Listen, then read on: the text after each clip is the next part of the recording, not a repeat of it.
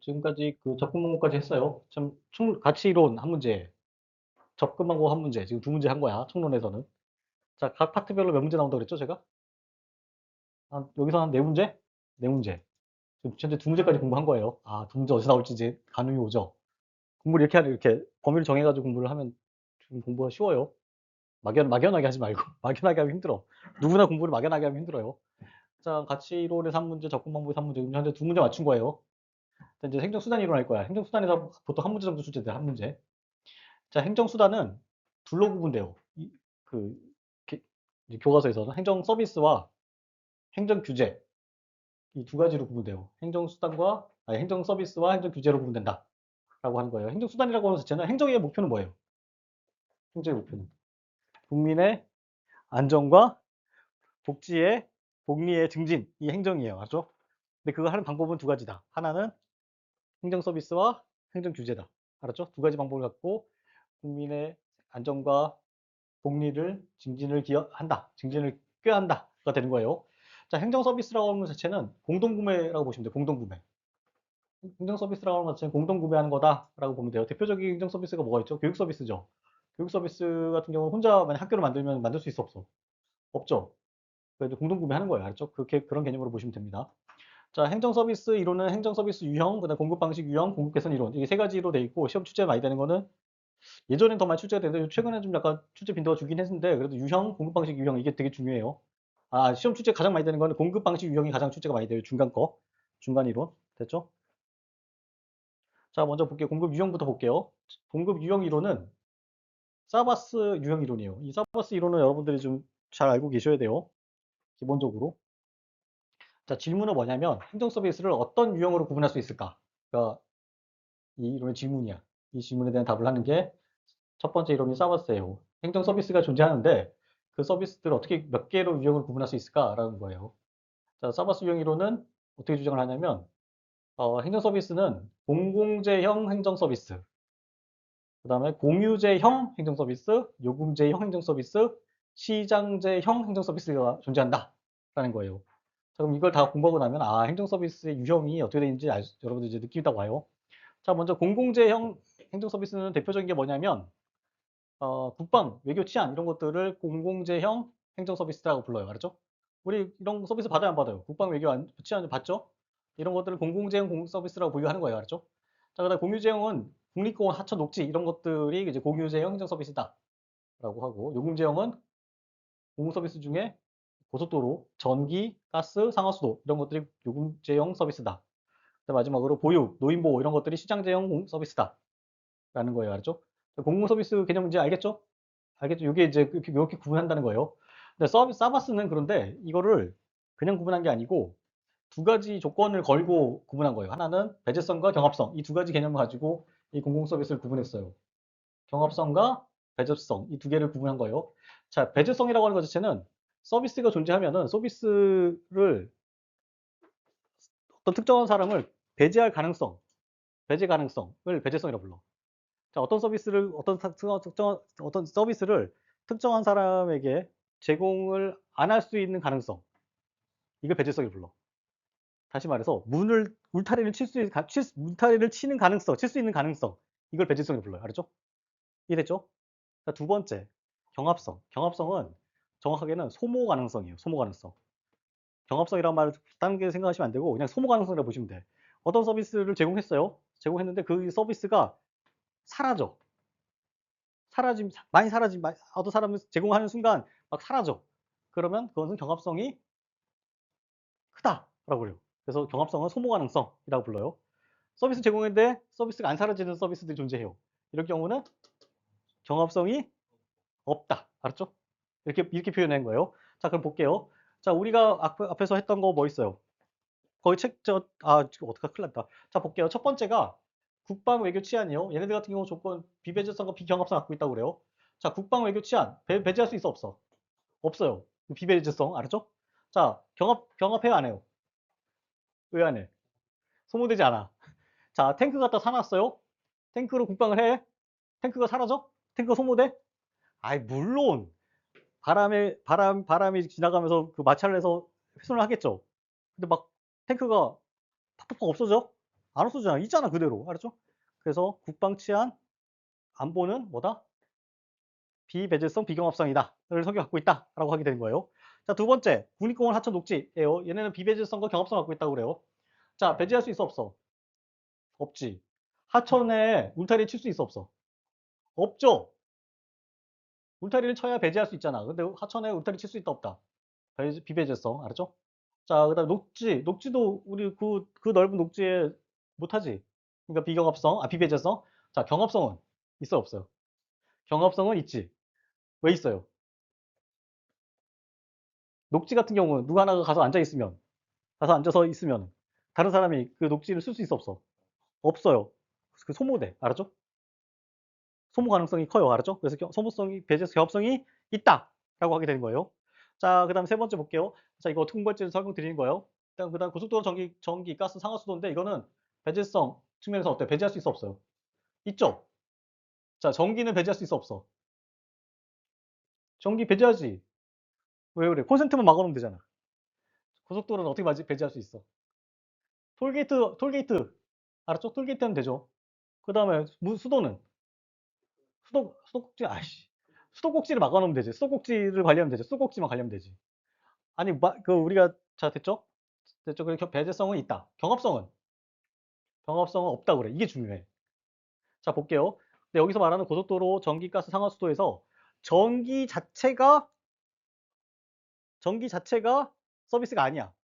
여기서 서비스는 뭐다? 전기망이야, 망이 서비스예요. 그 고속도로, 그 다음에 전기, 그 다음에 그 뭐지? 수도. 그게 망이 서비스야. 알았죠? 자, 물이 지나간다고 해서, 차가 지나간다고 해서 도로가 망가져, 안 망가져? 안 망가져. 소모가 안 돼. 알았죠? 그래서 비경합성이다. 라고 해요. 알았죠? 이해되죠? 자, 그 다음에 마지막. 보육. 보육은 대표적인 게 뭐냐면 어린이집이에요. 어린이집 떠올리면 돼요. 어린이집. 자, 어린이집은 배제성 있어 없어요? 있죠. 왜 그래? 어린이집은 조그만 해가지고 테두리 치면 되잖아. 문 닫아 보면 되잖아. 맞죠? 테두리 가능성. 펜스 설치 가능성. 높죠? 자, 그 다음에 경합성 있어 없어요? 경합성, 소모 가능성 있어 없어요? 어린이집 선생님이 애를 하나 보면 애를 보고 있는 순간 다른 애를 볼 수 있어 없어? 없죠. 서비스가 소모돼 버려. 알았죠? 그래서 경합성 있다라고 해요. 자, 그래서 이 네 가지를 여러분들 기본적으로 알고 있어요. 행정학을 한다고 하면 무조건 이건 상식적으로 그냥 익숙하게 알고 있어야 되는 얘기예요. 너무 쉽긴 하지만 그냥 알고 있으면 돼요. 알았죠? 자, 사바스는 행정 서비스 유형을 몇 개로 구분했다? 네 개로 구분했다. 공유제형, 그다음에 유금제형, 시장제형 이렇게 구분했다. 각각의 성격은 경합성과 배제성으로 구분할 수 있다라는 거예요. 알았죠? 자, 볼게요. 그럼 특징 같은 거 보면은, 자, 공유제의 비극이라고 하는 것을 야기하는 것은 공유제형 서비스야. 공유제의 비극은 어떤 거냐면, 어떤 상황을 묘사한 거냐면, 그, 뭐, 유럽에 같은데, 이렇게, 유럽에서 어떻게 했냐면은, 이제, 각각 땅을 다 같이 쓰고, 중간에 공유지를 만들어 놨어요. 뭐부터 작살나? 공유지부터 작살나는 거 알았죠? 공유지 비극이잖아. 그럼 거기는 작살이 나면 다음에 풀이 난다, 안 난다?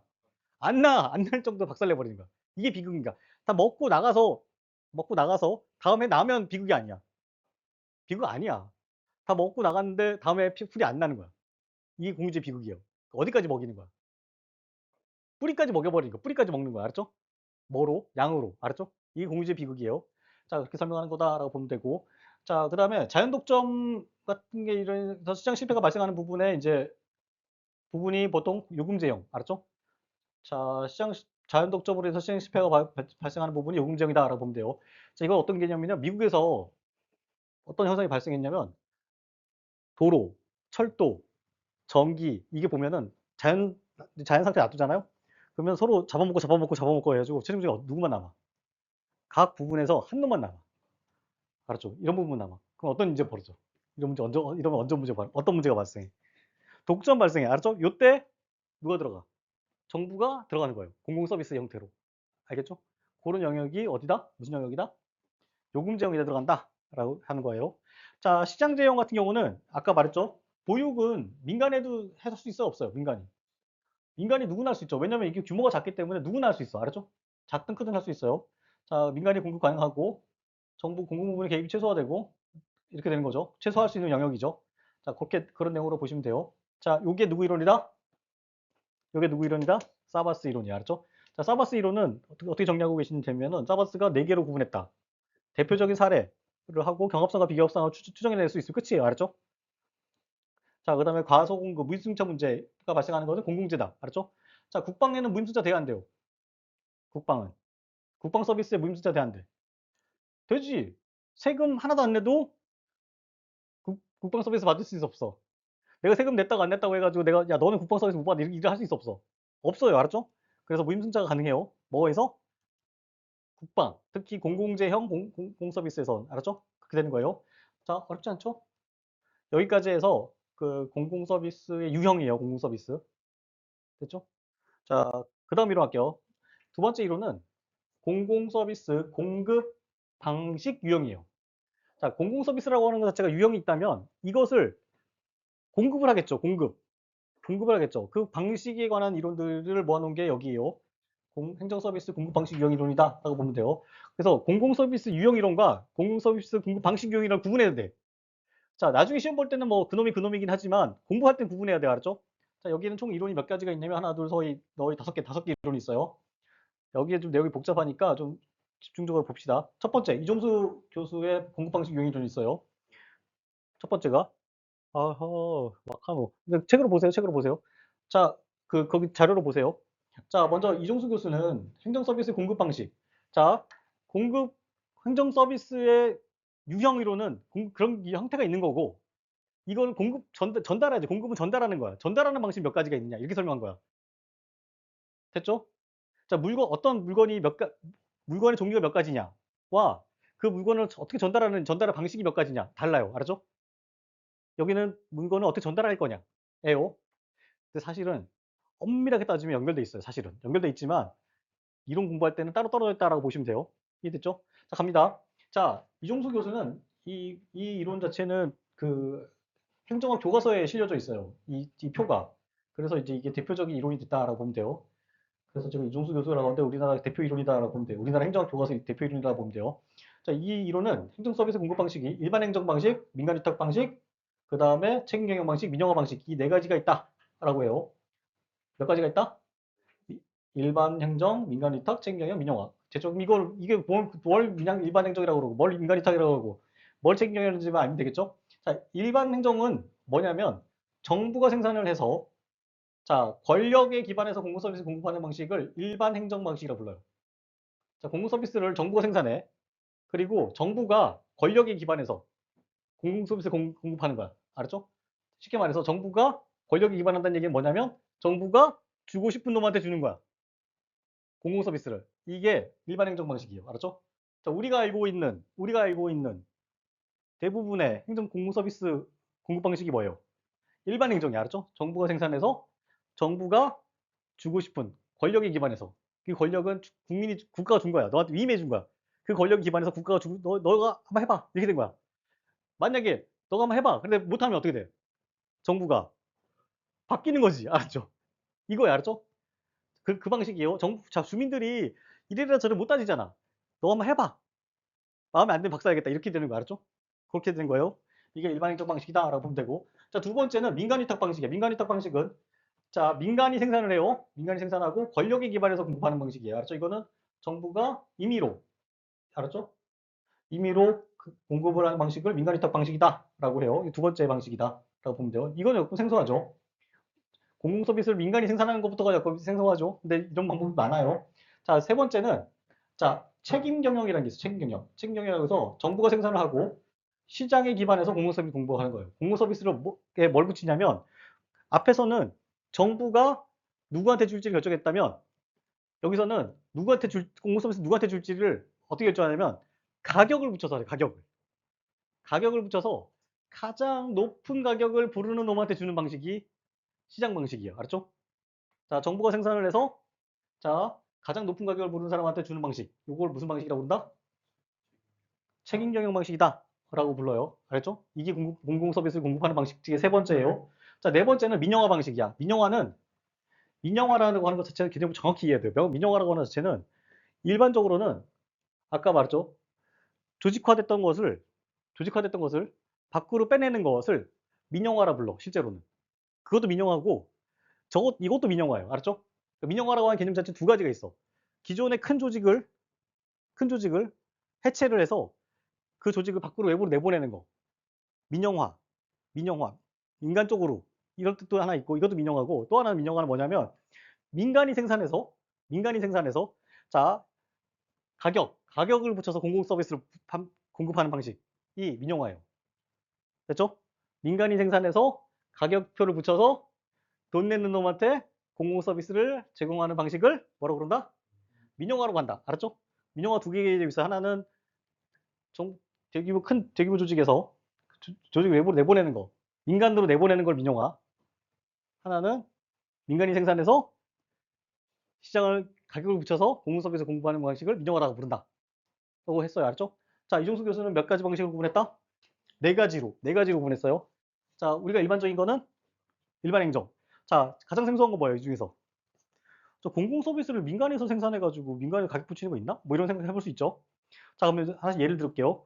자, 민간 위탁이라고 하는 것 자체는 뭐냐면 일반적으로 그 공급자는 미국한테 그러니까 그 공급자는 민간인데 통제를 정부에서 하는 경우야. 대표적인 게 딱 맞진 않아요. 딱 맞아. 미국 사례랑 안 맞아서 딱 맞지 않지. 이런 거야. 버스 공용제가 있어요. 버스 공용제.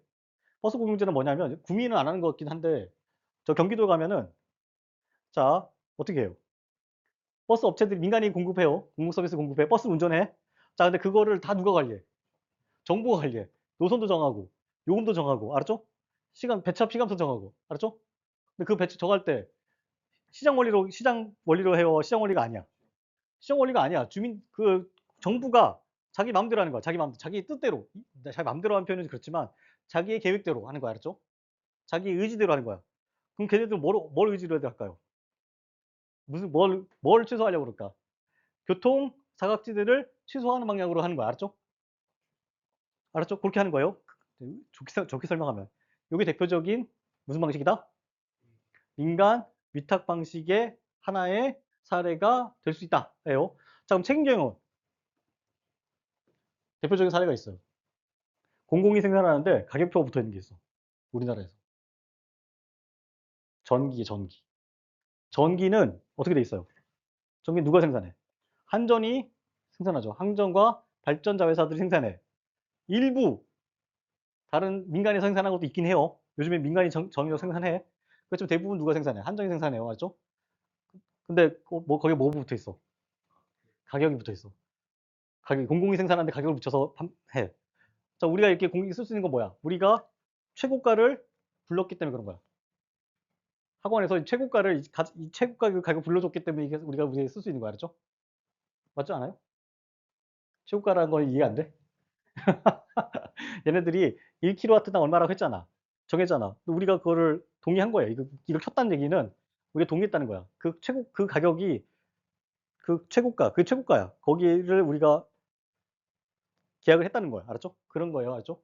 자, 그 다음에 민영화는 일반적으로 민간이 생산해서 가격을 붙이는 방식 있어요. 저런 거는 우리나라에서는 되게 낯선 사례야. 공공 서비스를 민간한테 시킨다는 것도 그렇고, 그거 생산한 것을 가격표를 붙여서 판매하는 것도 좀 뭐라고 할까요? 생소한 거야. 알았죠? 자, 볼게요. 자, 여기까지 됐죠? 자, 여기까지 해서 이해됐죠? 아직 근데 갈 길이 멀어요. 자, 이종수 교수는 몇 개를 구분했다? 네 개. 일반 행정, 민간 위탁, 책임 경영, 그다음 민영화 이렇게 됐어요. 나머지 복잡한 얘기는 나중에 또 설명드릴게요. 자, 됐죠? 자, 두 번째 이론. 아, 이제 두 번째 이게 이제 어려워요. 이게 골 때려. 자, 이거는 사바스의 행정 서비스 공급 방식 이용 이론이에요. 사바스 이론이에요. 자, 사바스는 여러분들 봤어요, 안 봤어요, 앞에서? 봤죠? 사바스 뭐라고 그랬어? 무슨 이론을 주장했어? 공공 서비스 유형 이론이었어요. 공공 서비스 유형 이론. 얘네는 공공 서비스 사바스는 공공 서비스 공급 방식 유형 이론까지 했어요. 알았죠? 어? 왜? 이해돼요? 왜? 어? 어? 많이 했나 싶어. 자, 사바스가 두 가지 했어요. 두 가지. 자, 사바스가 이론이 두 가지예요. 자, 야는 공공 서비스 공급 방식을 총 4개로 구분했어요. 공공생산, 공공배열, 공공생산, 민간배열, 민간생산, 공공배열, 민간생산, 민간배열. 이렇게 4개로 구분했어요. 알았죠? 자, 근데 이거는 외우고 말 것도 없어. 하다 보면 다 돼. 걱정하지 마. 알았죠? 자, 근데 여기서 중요한 거는 생산은 이해됐죠? 누가 만들어내느냐? 이거 생산은 누가 만들어내느냐죠? 자, 근데 중요한 거는 배열이라는 뜻이야. 배열. 배열. 배열이라고 하는 것 자체는 돈을 누가 내느냐. 배열이라고 하면 돈을 누가 내느냐야. 그러면은 공공생산, 공공배열은 공공생산은 공공이 생산을 하고 돈을 누가 낸다? 공공이 돈 낸다. 알아요? 이게 공공생산, 공공배열이에요. 그리고 이게 대표적인 우리가 사용하고 있는 행정 서비스들이 여기 다 들어가요. 알았죠? 공공생산, 공공배열이요. 자, 두 번째가 공공생산 민간 배열이야. 공공생산 민간 배열. 이게 여러분들이 이해가 잘 안 돼요. 공공생산을 하는데 민간이 배열하는 거야. 민간이 돈 내는 거야. 알았죠? 행정 서비스를 공급하는데 민간이 돈 내는 경우가 있어 없어? 우리 상상에 없죠. 자, 미국에서 어떻게 하냐면은 이거 미국의 사례인데 미국 같은 경우는 주민들이 자, 우리한테 이런 서비스 공급해 줘. 그럼 돈 얼마 줄게. 이렇게 올려요. 그러면 정부가 각 정부들이 야, 내가 한번 해볼게 하는 거야. 이것을 정부 응찰이라 불러. 돈 누가 내? 에? 민간이 내잖아. 민간이 자기들이 발표하잖아. 돈 얼마 줄게 이렇게 했잖아. 에? 이게 뭐다? 공공생산 민간 배열 방식이야. 이거는 정부 응찰이라고 그래. 정부가 응찰하는 거야. 프로포절을 내는 거야. 응찰이라고 하면 프로포절 내는 거예요. 그죠? 프로포절 던지는 것을 응찰이라 불러요. 자, 이런 사례가 있어요. 우리나라에 없어요. 우리나라에 이런 거 없다. 미국에 있다. 미국에도 진짜 있는지 모르겠어, 실제로. 교과서 상에 만 봤어요, 저도. 자, 됐죠? 그 다음에 이제 중요한 게 세 번째야. 세 번째는 민간 생산 공공 배열이야. 민간 생산은 뭐라고 했죠? 민간이 생산하고 돈은 누가 된다? 정부가 된다. 여기에 총 몇 가지가 있냐면 네 가지가 있어요. 자, 여기 다시 네 가지가 있어요. 이게 이제 시험 문제. 요게 시험 문제 항상. 요게 시험 문제 알았죠? 요거를 정확히 알고 있어야 돼요. 이거를 흔들리지만 않으면 뭐 별로 이렇게 구멍 날 데가 없어요. 자, 첫 번째가 민간 위탁이에요. 민간 위탁. 민간 위탁. 이것을 계약 방식이라고 불러요. 계약 방식. 계약 방식이라고 불러요. 자, 계약을 통해서 민간이 공공 서비스를 정부가 비용을 지불하고 공급하는 방식이 민간 위탁 방식이에요. 그렇죠? 그래서 교통 부분, 그다음 공공안전 서비스 이런 것들이 대부분 이런 방식을 해요. 아까 우리 교통 했었죠? 교통 설명드렸죠? 자, 우리나라 버스에 공영제라고 하면은 거기에 경기도라고 붙어 있어요. 무슨 운수라고 붙어 있어. 무슨 운수라고 붙어 있어. 근데 실제로 그 버스는 거의 누가 통제? 경기도가 통제. 알았죠? 됐죠? 이런 것들을 대부분 민간 위탁이다라고 불러요. 계약을 통해서. 이해됐어요? 됐죠? 이런 방식이 있어요. 첫 번째. 아, 이해됐죠? 이해됐죠? 자, 두 번째가 면허예요, 면허. 이제 여기서부터 좀 어려워요. 면허 개념이 제일 어려워. 면허라고 하는 것 자체는 프랜차이즈다라고 그래요. 프랜차이즈. 그래서 그 민간이 일정 지역 내에서 공공 서비스를 제공하는 방식이에요. 민간이 일정 서비스 지역 내에서 공공 서비스를 제공하는 방식을 면허다라고 불러요. 면허. 자, 서비스 수준 정보 통제하는 방식이다라고 보면 되고 어떤 개념이냐면 우리나라 폐기물 수거하죠. 폐기물 수거. 폐기물 수거하잖아요. 폐기물 수거하자. 자, 다 폐기물 갖고 가죠. 근데 우리가 알고 있는 쓰레기 봉다리 같죠, 있죠. 봉다리. 자, 그러면 거기에 이제 우리가 돈을 내야죠. 돈을 내지. 근데 우리가 돈을 내죠, 실제로는. 쓰레기 봉다리 우리가 사잖아. 근데 실제로는 이거 어떤 개념이냐면, 어떤 개념이냐면, 자, 그 쓰레기 봉다리에서 우리한테 받는 돈 갖고 그 쓰레기 처리될까 안 될까요? 안 돼요. 안 돼. 이해돼요? 우리한테 쓰레기 봉투 받죠. 다 근데 그 돈 받아가지고 걔들이 그 영업을 유지할 수 있을까 없을까? 없어요. 알았죠? 자, 그러면 어떻게 하냐? 어떻게 할까요? 정부가 어떻게 하냐면은 범위를 넓게 해주는 거야. 이해돼요? 범위를 넓게 해주면 쓰레기 봉다리 마진이 적어도 운영이 돼야 안 돼요. 응? 쓰레기 수거할 수 있는 범위. 수거 범위를 넓게 해주는 거야. 그러면 어떻게 돼? 그러면 그 우리가 쓰레기 봉다리 그거 하고 가지고 그게 운영이 될까 안 될까요? 운영이 되는 거야. 알았죠? 운영이 돼요. 자, 그러면 그 범위를 누가 정해줘? 정부가 정해주는 거야. 정부가 정해주는 거고 실제로 그 범위가 뭐야? 그 범위를 정해줬다는 게 뭐야? 배열이잖아, 배열. 돈 준 거랑 똑같은 거예요. 그 면적을 정해줬다는 거는 돈 준 거랑 똑같은 거야. 돈을 줬다는 거하고. 그 면적이 많이 좁으면 영업이 돼야 안 돼요. 넓으면 되죠. 돈 준 거랑 똑같은 거야. 알았죠? 그래서 얘가 면허가 어디 들어간다? 민간 생산, 공공 배열에 들어가는 거야. 아까 배열은 제가 뭐라고 그랬어요? 돈 내는 거잖아. 돈 내는 거. 돈을 누가 내느냐야. 돈을 누가 내느냐. 면허는 실제로는 돈을 누가 내는 거다? 정부가 돈을 내는 거예요. 알았죠? 정부가 돈을 내주는 거, 돈을 주는 거랑 똑같은 거야. 그 면적을 인정해 줌으로써. 이해됩니까? 이해되죠? 자, 이해됐죠? 이게 바로 면허다라고 보면 돼요. 자, 그래서 어떻게 되냐면 아까 제가 약간 설명을 좀 빨리 했는데 쓰레기 같은 것들이 그래요. 쓰레기 수거들이 대부분 그렇게 해요. 그래서 구역별로 구역을 정해줘. 구역을 정해줘. 실제로 구역을 이렇게 정해줘요. 그 안에서 걔네만 영업을 할 수 있게요. 독점적으로. 알았죠? 근데 그게 일종의 정부 배열이에요. 그 그 돈을 누가 결정해 준 거야? 정부가 결정했기 때문에 정부 공무배열이라고 해주는 거 알았죠? 이해됐죠? 이해됐어 안 됐어요? 됐죠? 자, 그다음에 마지막 세 번째가 보조금이에요. 보조금. 자, 보조금은 자 민간 조직 또는 개인이 공공 서비스 공급하는데 정부의 재화를 제공받는 거야. 정부의 재화를 제공받아서 제공을 받아서 민간 조직 등 개인이 공공 서비스를 제공하는 것을 보조금 방식이라고 불러요. 보조금이라고 하는 거예요. 정부의 재화를 제공받아서 공공 서비스 공급하는 방식이 보조금 방식이고 대표적인 게 교육시설과 사가시설이에요. 자, 여러분들 이거 너무 시간이 많이 걸리나? 자, 볼게요. 우리 그 재밌는 게 뭐냐면 여러분들 혹시 아는 사람 중에 어린이집 가는 애들 있어요, 없어요? 어린이집 주변에 있죠? 뭐 친척 조카들 있잖아. 있죠? 여러분들 뭐 자녀들 가겠지. 어떻게 운영돼요? 어린이집 어떻게 운영돼? 자, 일단은 애엄마가 돈을 내, 부모님이 돈을 내요. 그리고 그 차액을 누가 내줘? 정부가 내줘. 그게 보조금이 알았죠? 자, 그 방식을 통해서 뭐 한다? 민간 생산, 공공배열의 공공서비스 공급 방식이 공급이 이루어진다라고 보면 돼요. 알았죠? 됐죠? 이해됐죠? 자, 됐죠? 그다음에 바우처. 바우처는 뭐냐면 여러분들 이거 요즘에 우리나라도 있어요. 자, 이렇게 예전에 이게 바우처라고 하는 개념 자체는 이제 미국에서 만든 거예요. 이게 쿠폰 같은 거야, 쿠폰. 쿠폰을 들고 있으면 그걸로 물건을 바꿔주는 거야. 그렇죠? 그래서 예전에 우리나라 그 대학 교수님들이 미국 유학 가는데 생계가 좋아, 안 좋아? 상태가. 안 좋겠죠? 그럼 바우처 같은 거 받아가지고 그거 갖고 뭐래? 빵 빵으로 그러니까 마트 같은 데서 바꿔서 밥을 먹고 그랬다고 그러더라고요. 그게 바우처예요. 알았죠? 자, 돈 누가 내, 이거? 바우처에서. 바우처 하면은 물건 누가 내? 물건 누가 내줘? 민간이 내주죠. 이 돈은 누가 내?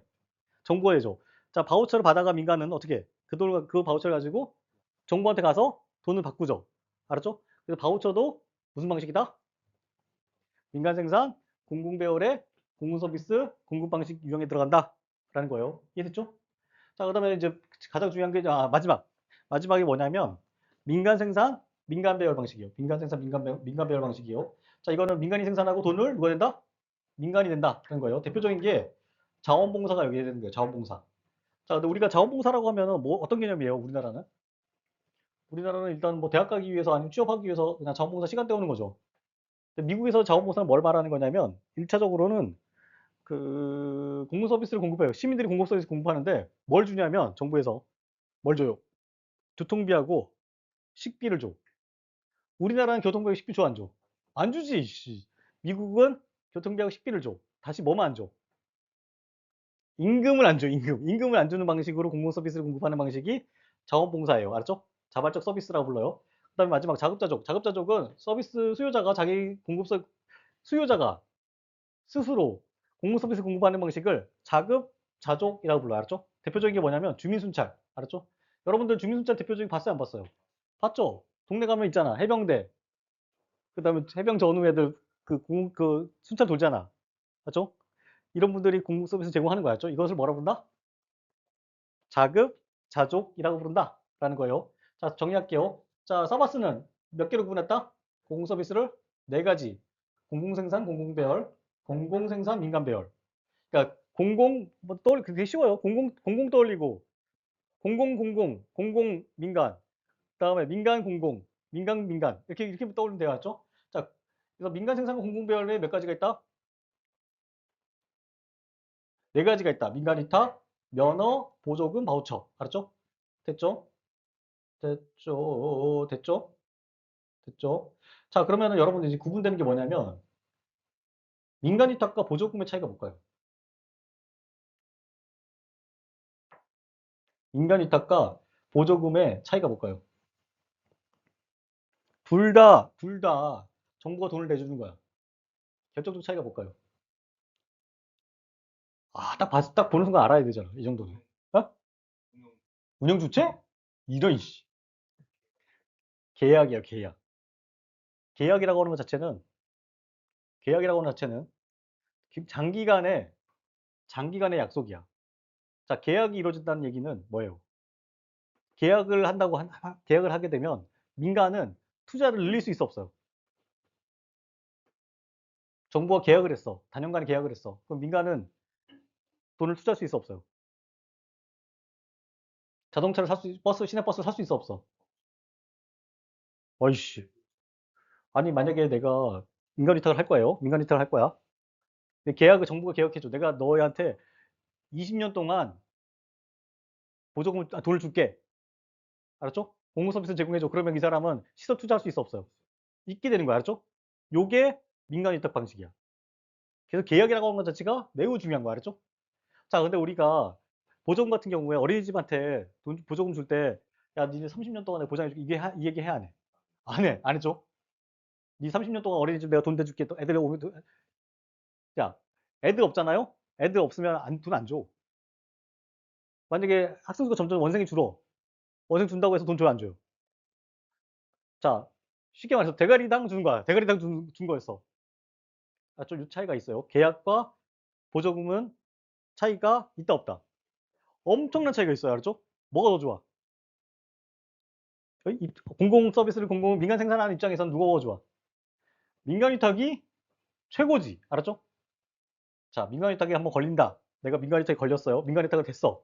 민간 위탁자가 됐어. 그러면은 몇 대가 먹고 산다? 에이씨, 야, 진짜 지구 망할 때까지 먹고 살 수 있어. 알았죠? 대한민국 망할 때까지 먹고 살 수 있어요. 이게 민간 위탁이다라고 보면 돼요. 여러분들 보시면은 더 재밌는 거는 제가 수업이 빠른데 여러분 나중에 공무원 되시면은 이 민간 위탁 업체들을 만날 거야. 여러분 업무 중에 이 민간 위탁 업체들을 만날 거야. 이분들이 뭐야? 대부분 지역의 유지야. 알았죠? 알았죠? 이분들하고 친하게 지내야 돼. 자, 민간 위탁을 이런 개념이다라고 보면 돼요. 자, 근데 장점 같은 경우 이제 간단히 설명드리면 낮은 비용으로 높은 수준의 서비스 가능하다. 왜 낮은 비용이 가능할까요? 비용이 왜 낮을까? 응? 아이씨. 왜 낮은 비용이 가능할까요? 면허, 영업권, 면적을 인정해줬기 때문에 비용이 낮아질 수 있는 거야. 알았죠? 됐죠? 이런 거는 떠올리면 돼요. 자, 그 다음에 정부 재정 및 조직 확대 부담을 경감시킨다. 민간 위탁 같은 경우는. 왜 그럴까요? 민간 조직이랑 같이 하는 거야. 민간 조직이랑 같이 하기 때문에 정부 재정 및 정부 확대의 부담을 경감시켜줘요. 알았죠? 그러니까 정부 조직에 외부 조직이 존재하는 거야. 조직, 버스 회사를 새로 만들 필요 없잖아. 있는 조직에 돈 대주고 그냥 운영하는 거잖아. 맞죠? 그 대신 뭐야? 계약을 통해서 장기간의 이익을 보장해 주는 거야. 면허는 뭘 보장해 주는 거야? 면적을 보장해 주는 거야. 면적을. 알았죠? 계약은 기간을 보장해 주는 거고. 됐죠? 이해됐죠? 이해됐어요? 이해됐어요. 자, 여기까지 해서 사바스의 행정 서비스 공급 방식 유형 이론이다까지 보면 돼요. 그, 지금도 잔소리인데 좀 꼭 챙겨야 돼요. 집에 가서 잊어버리지 말고 뭐 공부했는지 다시 한번 살펴보세요. 꼭. 알았죠? 그게 되게 중요해요. 지금 단계에서는. 자, 이제 세 번째 이론은 민간 투자 공급 방식 유형 이론이다라고 해요. 세 번째 이론은. 자, 민간 투자를 받아가지고 공공 서비스 공급하는 게 그것을 민간 투자라고 불러. 민간 투자 공공 서비스 공급이다라고 불러요. 근데 그거의 공급 방식 유형이 존재를 해요. 총 네 가지가 있어요. 네 가지.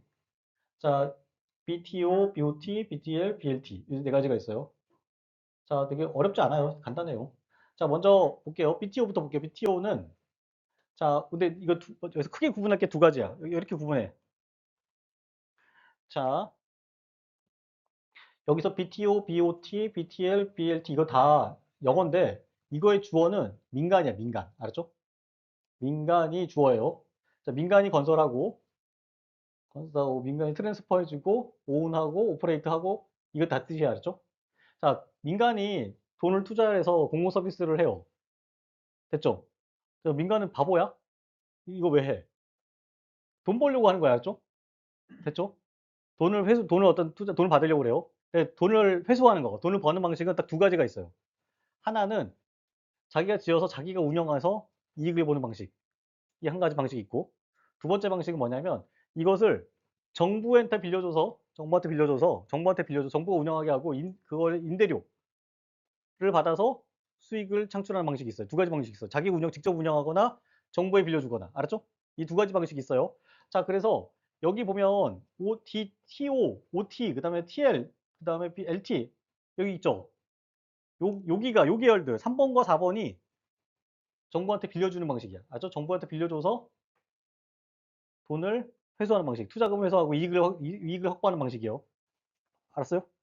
자, 그다음 앞에 두 개. BTO하고 BOT는 정부가 아니고 민간이 직접 운영하는 거예요. 직접 운영. 알았죠?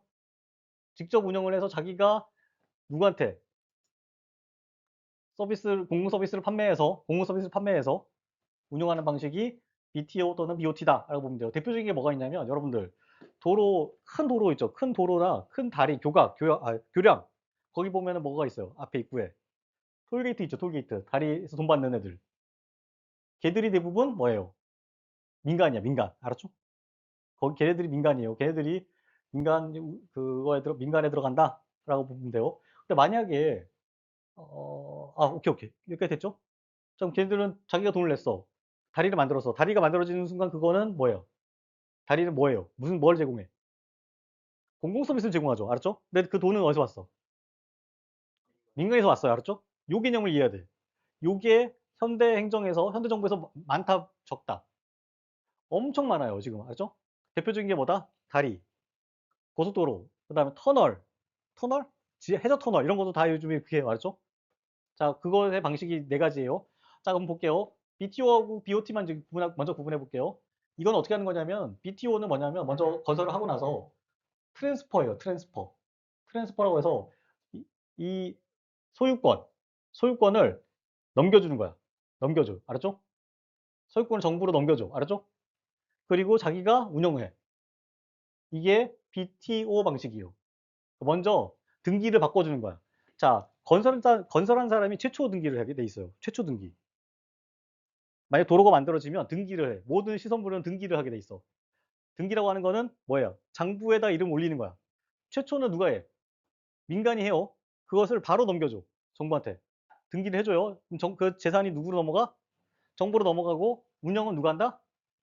민간이 하는 방식이 BTO 방식이에요. 알았죠? 이해됐죠? 그럼 BOT는 뭐냐? BOT는 건설해. 소유권을 넘긴다, 안 넘긴다. 안 넘기고 오운하고 있다가 자기가 들고 있겠죠? 운영을 해요. 돈을 벌어. 그리고 나중에 트랜스퍼라는 방식이 BOT 방식이에요. 알았죠? 자, 그 트랜스퍼라고 하는 거 소유권 넘어가. 그럼 결론적으로는 BTO나 BTL이나 BLT나 이거 다 뭐야? 최종적으로는 소유권 누구야? 정부가 되는 거야. 알았죠? 공공 서비스를 제공하는 데 있어서 정부 민간이 투자하는데 최종적으로 소유권 누구한테 넘어온다? 2, 30년 있다가 정부로 넘어오는 방식이에요. 알았죠? 이해됐죠? 자, 그럼 여러분 이제 궁금한 게 있을 거야. 아니, 소유권을 넘겼는데 어떻게 민간이 운영하느냐? 라는 거야. 궁금하지 않아요? 이거. 아니, 소유권 넘겼댔잖아. 근데 어떻게 민간이 운영을 하지? 자, 주어는 뭐라고 그랬어요? 오의 주어는. 민간이라고 그랬잖아. 민간은 오퍼레이트잖아. 그럼 어떻게 민간이 운영하지? 라고 하는데 어떤 개념이냐면 운영권이라는 게 존재해요.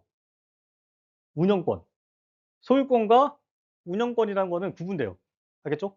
그러면 소유권은 넘어가고 뭔 남아있는 거야? 이 상태에서는. 어? 운영권이 남아있는 거야. 그 운영권을 가지고 운영을 하는 거야. 알았죠? 이해됐죠? 어렵지 않죠, 이거는. 자, 이거는 어떻게 한다? 자기들이 오운하고 있으니까 자기들한테 운영하면 되지. 자기가 오운이고 그다음에 트랜스퍼 시키는 거야. 알았죠? 이 방식이다. 그다음에 이제 여기 볼게요. BTL과 이제 BLT만 보면 돼요. 자, BTL은 정부가 민간으로부터 빌려 그 돈을 이제 민간이 받는 방식인 거죠. 자, 정부가 이제 운영을 하는 거예요. 근데 이때도 어떻게 한다? 먼저 BTL은 BTL은 민간이 넘겨주는 거야, 소유권을. 정부한테. 그럼 정부가 소유권을 갖고 있으면서 뭐 한다? 리즈라는 거야. 임대료를 내는 거였죠. 그걸 뭘 넘겨받았을까요? 저 때는. 운영권을 넘겨받은 거야. 운영권을 빌린 거야, 운영권을. 알았죠? 저게 리즈는. 알았죠? 이해되죠? 이해됩니까? 안 됩니까? 그 다음에 BLT는 자, 건설을 해요. 민간이 건설했어요. 자, 그 다음에 이거를 빌려줘. 누구한테? 정부한테 빌려줘. 그리고 나중에 최종적으로는 자, 운영하고 나서 넘겨주는 거야. 트랜스퍼 해주는 방식이. 알았죠? 이해됐죠? 왜? 뭐가 어색해요? 권리적거리는 게 있어요? 네. 아, 그렇게 계약을 하는 거야. 그렇게 계약하는 거예요. 자, 우리가 그 소유권은 나중에 다 회수할 거니까 그 대신 너희들 이익은 보장해 줄게요. 그러니까 그러면 정부 그 투자 입장에서 펀드 입장에서 돈이 많은 입장에서는 돈 갈 데 없잖아. 근데 만약에 다리 하나 만들어 놓으면 돈 들어오잖아. 아, 그게 돈놀이 하려고 그런 거야. 돈놀이 하려고. 알았죠? 자, 이게 근데 좋은 걸까 나쁜 거예요? 나쁜 걸까? 좋은 측면도 있고 나쁜 측면도 있죠. 이것들로 지금 해외 펀드들이 돈 엄청 많이 벌었어요. 우리나라에서. 말도 못하게. 알았죠? 자, 엄청나게 돈 많이 벌었어요. 자, 그래서 여러분들 이해했죠? 자, 그러면 여기서 핵심은 둘로 구분된다. 둘로 구분된다. 둘로 구분된다. 라는 거. 뭐과 뭐로 구분된다? 빌려줘서 민간이 회수한다 하는 방법과 직접 운영해서 회수하는 방법. 이 두 가지예요. 그 다음에 소유권을 먼저 넘긴다, 나중에 넘긴다. 요거밖에 없어요. 알았죠? 그러면 BOT와 BTL 다 구분할 수 있어요. 알았죠? 자, 그러면 BTO 소유권이 넘어갔는데 어떻게 운영하느냐? 이건 뭐다? 운영권이라는 게 존재한다. 알았죠? 운영권이라는 게 존재한다라는 개념만 이해하면 끝이에요. 알았죠? 끝이죠? 넘어갑니다. 자, 우리 그 제가 사는 동네 앞에 그 교각이 있던 다리가 있어, 다리. 다리가 있는데 굉장히 오랫동안 운영해서 요금을 많이 받아가지고 손익분기점을 넘긴 지 한참 됐대요. 계산을 해보니까. 다리 만든 돈 다 뽑고, 이자 다 뽑고, 이익이 계속 나는 거야. 근데 정부에서 최초에 약속을 할 때 굉장히 오랜 시간 동안 보장을 해준 거야. 그러면은 노고 나야 안 나요? 노나는 사업이야. 알았죠? 잘 걸리면 노나는 사업이에요. 자, 그럼 한 가지만 더 할게요. 자, 그러면 만약에 수입이 질문이에요. 자, 그 시설을 운영을 해서 수입이 예상이 돼. 수입이 예상이 돼요. 높은 수입이 회수 가능성이 높으면 무슨 방식이 있을까요? 직접 운영 방식을 쓸까요? 직접 운영 방식을 쓸까요? 임대 방식을 쓸까요? 직접 운영 방식 쓰고, 자, 수입, 기대 수입이 불확실하거나 예측 가능성이 떨어지면 무슨 방식 쓸까요? 임대 방식을 써요. 알았죠? 맞죠? 그럴 경우에 정부한테 맡겨놓고 임대료 따박따박 하는 게 낫지. 그게 운영이 되든 말든 무슨 상관이야. 정부한테 돈 따박따박 임대료 받으면 되지. 알았죠? 그거만 기억하시면 돼요. 그것만. 맞죠? 그거 맞겠죠? 자, 그 다음 이제 네 번째 이론이에요. 공동생산 공급 유형 이론이에요. 이건 어렵지 않아요. 이건 뭐 버나드라는 사람이 브루 브루디에 뭐 이런 사람하고 잉글랜드라는 사람이 이제 이 이론을 만들었어요. 자, 이 공동생산 방식 이론 자체는 이 유형 이론보다 더 중요한 게 공동생산 이론이 중요해요. 얘네들 같은 경우는 공무원과 민간이 공동으로 협동으로 그다음에 공공 서비스 공급하는 게 가능하다라고 정하는 이론이 공동생산 이론이야. 자, 공무원만 하지 말고 민간이랑 같이 좀 공공 서비스 같이 공급하자 이렇게 주장하는 이론이 공동생산 이론이다라고 보면 돼요. 자, 이런 주장이 왜 나왔을까요? 자, 정부가 자신감이 있을 때 이런 주장을 할까 아니면 약간 자신감이 떨어졌을 때 이런 주장을 할까요? 자신감이 떨어졌을 때 이 이야기 하는 거야. 자신 없는 거야, 자기가. 그게 언제냐면 1970년대 지방정부의 재정위기가 왔어요. 전 세계적으로. 요때 요런 주장이 제기가 됐다라고 보시면 돼요. 자, 근데 재밌는 게 뭐냐면 자, 이런 상황에서 공동생산의 공급방식 유형 이론은 세 가지가 있어요. 개인적 공동생산과 집단적 공동생산, 그다음에 집합적 공동생산 유형으로 구분할 수 있다라고 주장하는 이론이에요. 이거 어렵지 않죠? 자, 공동생산은 세 가지 방식이 있는데, 자, 개인으로 참여해서 공동생산하는 방식, 개인 수준에서 참여해가지고 공동생산하는 방식을 개인적 공동생산이라고 부르고, 자, 집단적으로 참여하는 것은 집단적 공동생산, 그 다음에 집합적으로 생산하는 것은 집합적 생산 방식이다. 집합적 공동생산 방식이다. 라고 하는 거예요. 어렵지 않죠? 자, 이제 사례만 보면 돼, 사례만. 자, 집합적 공동생산 방식은 도서관, 동물보호 이런 거예요. 알았죠? 그 다음에 집단적인 경우는 자율방문대. 자율방문대 같은 게 집단적이고, 자, 그 다음에 개인적으로 참여하는 것은 도로청소 이런 것들이 개인적 공동생산 방식이다. 라고 보시면 돼요. 자, 도서관은 어디 들어간다? 집합적 공동생산에, 자, 도서관 같은 경우가 어디 들어간다? 집합적 공동생산에 들어간다. 라고 보면 돼요. 이거는 뭐 특별히 구분할 게 없어요. 그냥 말이 이렇게 된 거라서 이렇게 구분하시면 돼요. 자, 그 다음에 자율방공대. 어디 들어간다? 집단에 들어간다. 집단에 들어간다. 알았죠? 자, 자율방범은 사바스 이론에 따르면 어디 들어가요? 작업자족. 그거 어디 들어간다? 민간 생산? 인간 배열에 들어간다. 알았죠? 작업자족은 그 밥값 누가 내? 민간이 내는 거지. 알았죠? 민간 자기 돈 갖고 자기 나가서 하는 거야. 알았죠? 저녁값 자기가 내는 거죠. 자, 거기 손전등 누가 사? 자기 돈 사는 거야. 알았죠? 그렇게 되는 거예요. 자, 됐죠? 넘어갑니다. 자, 그 다음에 이제 다섯 번째. 다섯 번째가 이제 여러분들 좀 유심히 좀 보셔야 돼요. 이게 시험지 출제가 되는데 여러분들이 잘 경험적으로 보면 숙제가 잘 안 돼가지고 항상 놓쳐요. 내용이 쉬운데. 자, 이거는 섹터 공급 방식 유형 이론이라고 해요. 자, 행정 서비스 공급 방식을 1섹터, 2섹터, 3섹터 유형으로 구분할 수 있다라고 주장하는 이론이 섹터 공급 방식 유형이다라고 보시면 돼요. 자, 이거는 크게 뭐, 왜 이러지? 됐죠? 자, 봅니다. 자, 먼저 1섹터는 뭐냐면, 자, 공공기관이, 이제 주어가 뭐야? 공공기관이 비영리 방식으로 공급하는 방식, 공공서비스 공급하는 방식을 1섹터 공급 방식 유형이라고 불러요. 자, 됐죠? 자, 공공기관이 비영리 방식으로 공공서비스를 공급하는 방식을 1섹터 방식. 알죠? 이거 뭐예요? 대부분 우리가 알고 있는 공공서비스 공급 방식이 1섹터 방식이야. 알았죠? 됐죠? 이해됐죠? 자, 2섹터는 제일 중요해. 2섹터가 제일 중요해. 자, 민간기관이, 자, 위탁 영리 방식으로 공공서비스를 공급하는 방식을 2섹터 방식이라고 불러요. 자, 민간기관이 영리 방식으로 공공서비스를 공급하는 방식을 2섹터 방식이다라고 불러요. 자, 그러면 여러분 이제 알겠죠? 아, 공공서비스를 민간이 가격을 붙여서 할 수도 있다, 없다? 있다. 그런 서비스들이 존재한다. 알았죠? 민간이 가격을 붙여가지고 영리 방식으로 공공서비스 공급하는 방식이 있다. 알았죠? 이게 뭐다? 몇 섹터다? 2섹터다. 알았죠? 자, 그러면 1섹터와 2섹터가 각자 극단에 있는 거야. 알았죠? 양극단에 있는 거예요. 가장 익숙한 것과 가장 익숙하지 않은 거가 1과 2야. 그럼 그 중간에가 뭐야? 3이야. 알았죠? 1과 2 중간에 게 3이야. 알았죠? 이것만 이해하시면 돼. 요것만 머릿속에. 알았죠? 자, 3은 두 가지 방식이 있어요. 두 가지. 하나는 준정부 조직이 있고 하나는 준비정부 조직이 있어요. 준정부 조직은 공공기관이 영리 방식으로 공공서비스 공급하는 방식. 야, 이거 여러분 궁금해. 이런 거 생소해요? 생소하지 않아? 생소하죠?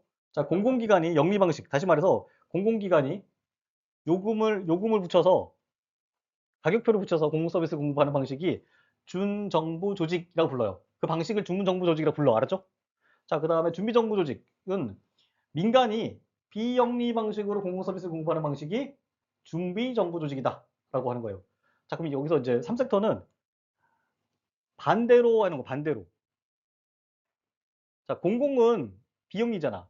근데 공공이 영리. 민간은 뭐야? 영리여야 되잖아. 비영리. 이렇게 된 거예요. 자, 그것을 민간은 준비정부 조직, 그 다음에 공공기관은 준정부 조직 이렇게 부른다는 거예요. 그죠? 요게 섹터 공급 방식 유형 이론이다. 라고 보면 돼요. 알겠죠? 자, 1, 2, 3섹터 있죠? 자, 1섹터가 주어가 뭐다? 공공이 비영리 방식. 그 다음에 2섹터는 민간이 비영리 방식. 알았죠? 3섹터는 그 양자 중간이다. 1과 2 중간이에요. 그거만 보시면 돼요. 자, 준정부 조직은 공공이 영리. 그 다음에 준비는 민간이 비영리. 알았죠? 그렇죠? 이거 두 가지 1과 2만 떠올리면 중간 거니까 다 떠올릴 수 있어. 그냥 떠올릴 수 있어. 알았죠? 자, 준이냐, 준비냐라고 했을 때 뭐가 더 센 거예요? 준비가 센 거야, 준이 센 거야? 준이 센 거죠. 준한다, 거의 가깝다는 뜻이야. 준비는 그러니까 대기하는 애들, 알죠? 그래서 준이 더 센 거다라고 보면 돼요. 자, 근데 공공기관이 공공 서비스 공급하는 게 센 거예요. 민간이 공공 서비스 공급하는 게 센 거야. 공공기관이 공공 서비스에 센 거니까 공공기관이 비영리 방식으로 영리 방식으로 하는 것을 준정부 조직이 유형이다라고 부르는 거예요. 준정부 조직 공공 서비스 공급 방식이라고 부른다라는 거예요. 자, 어렵지 않죠?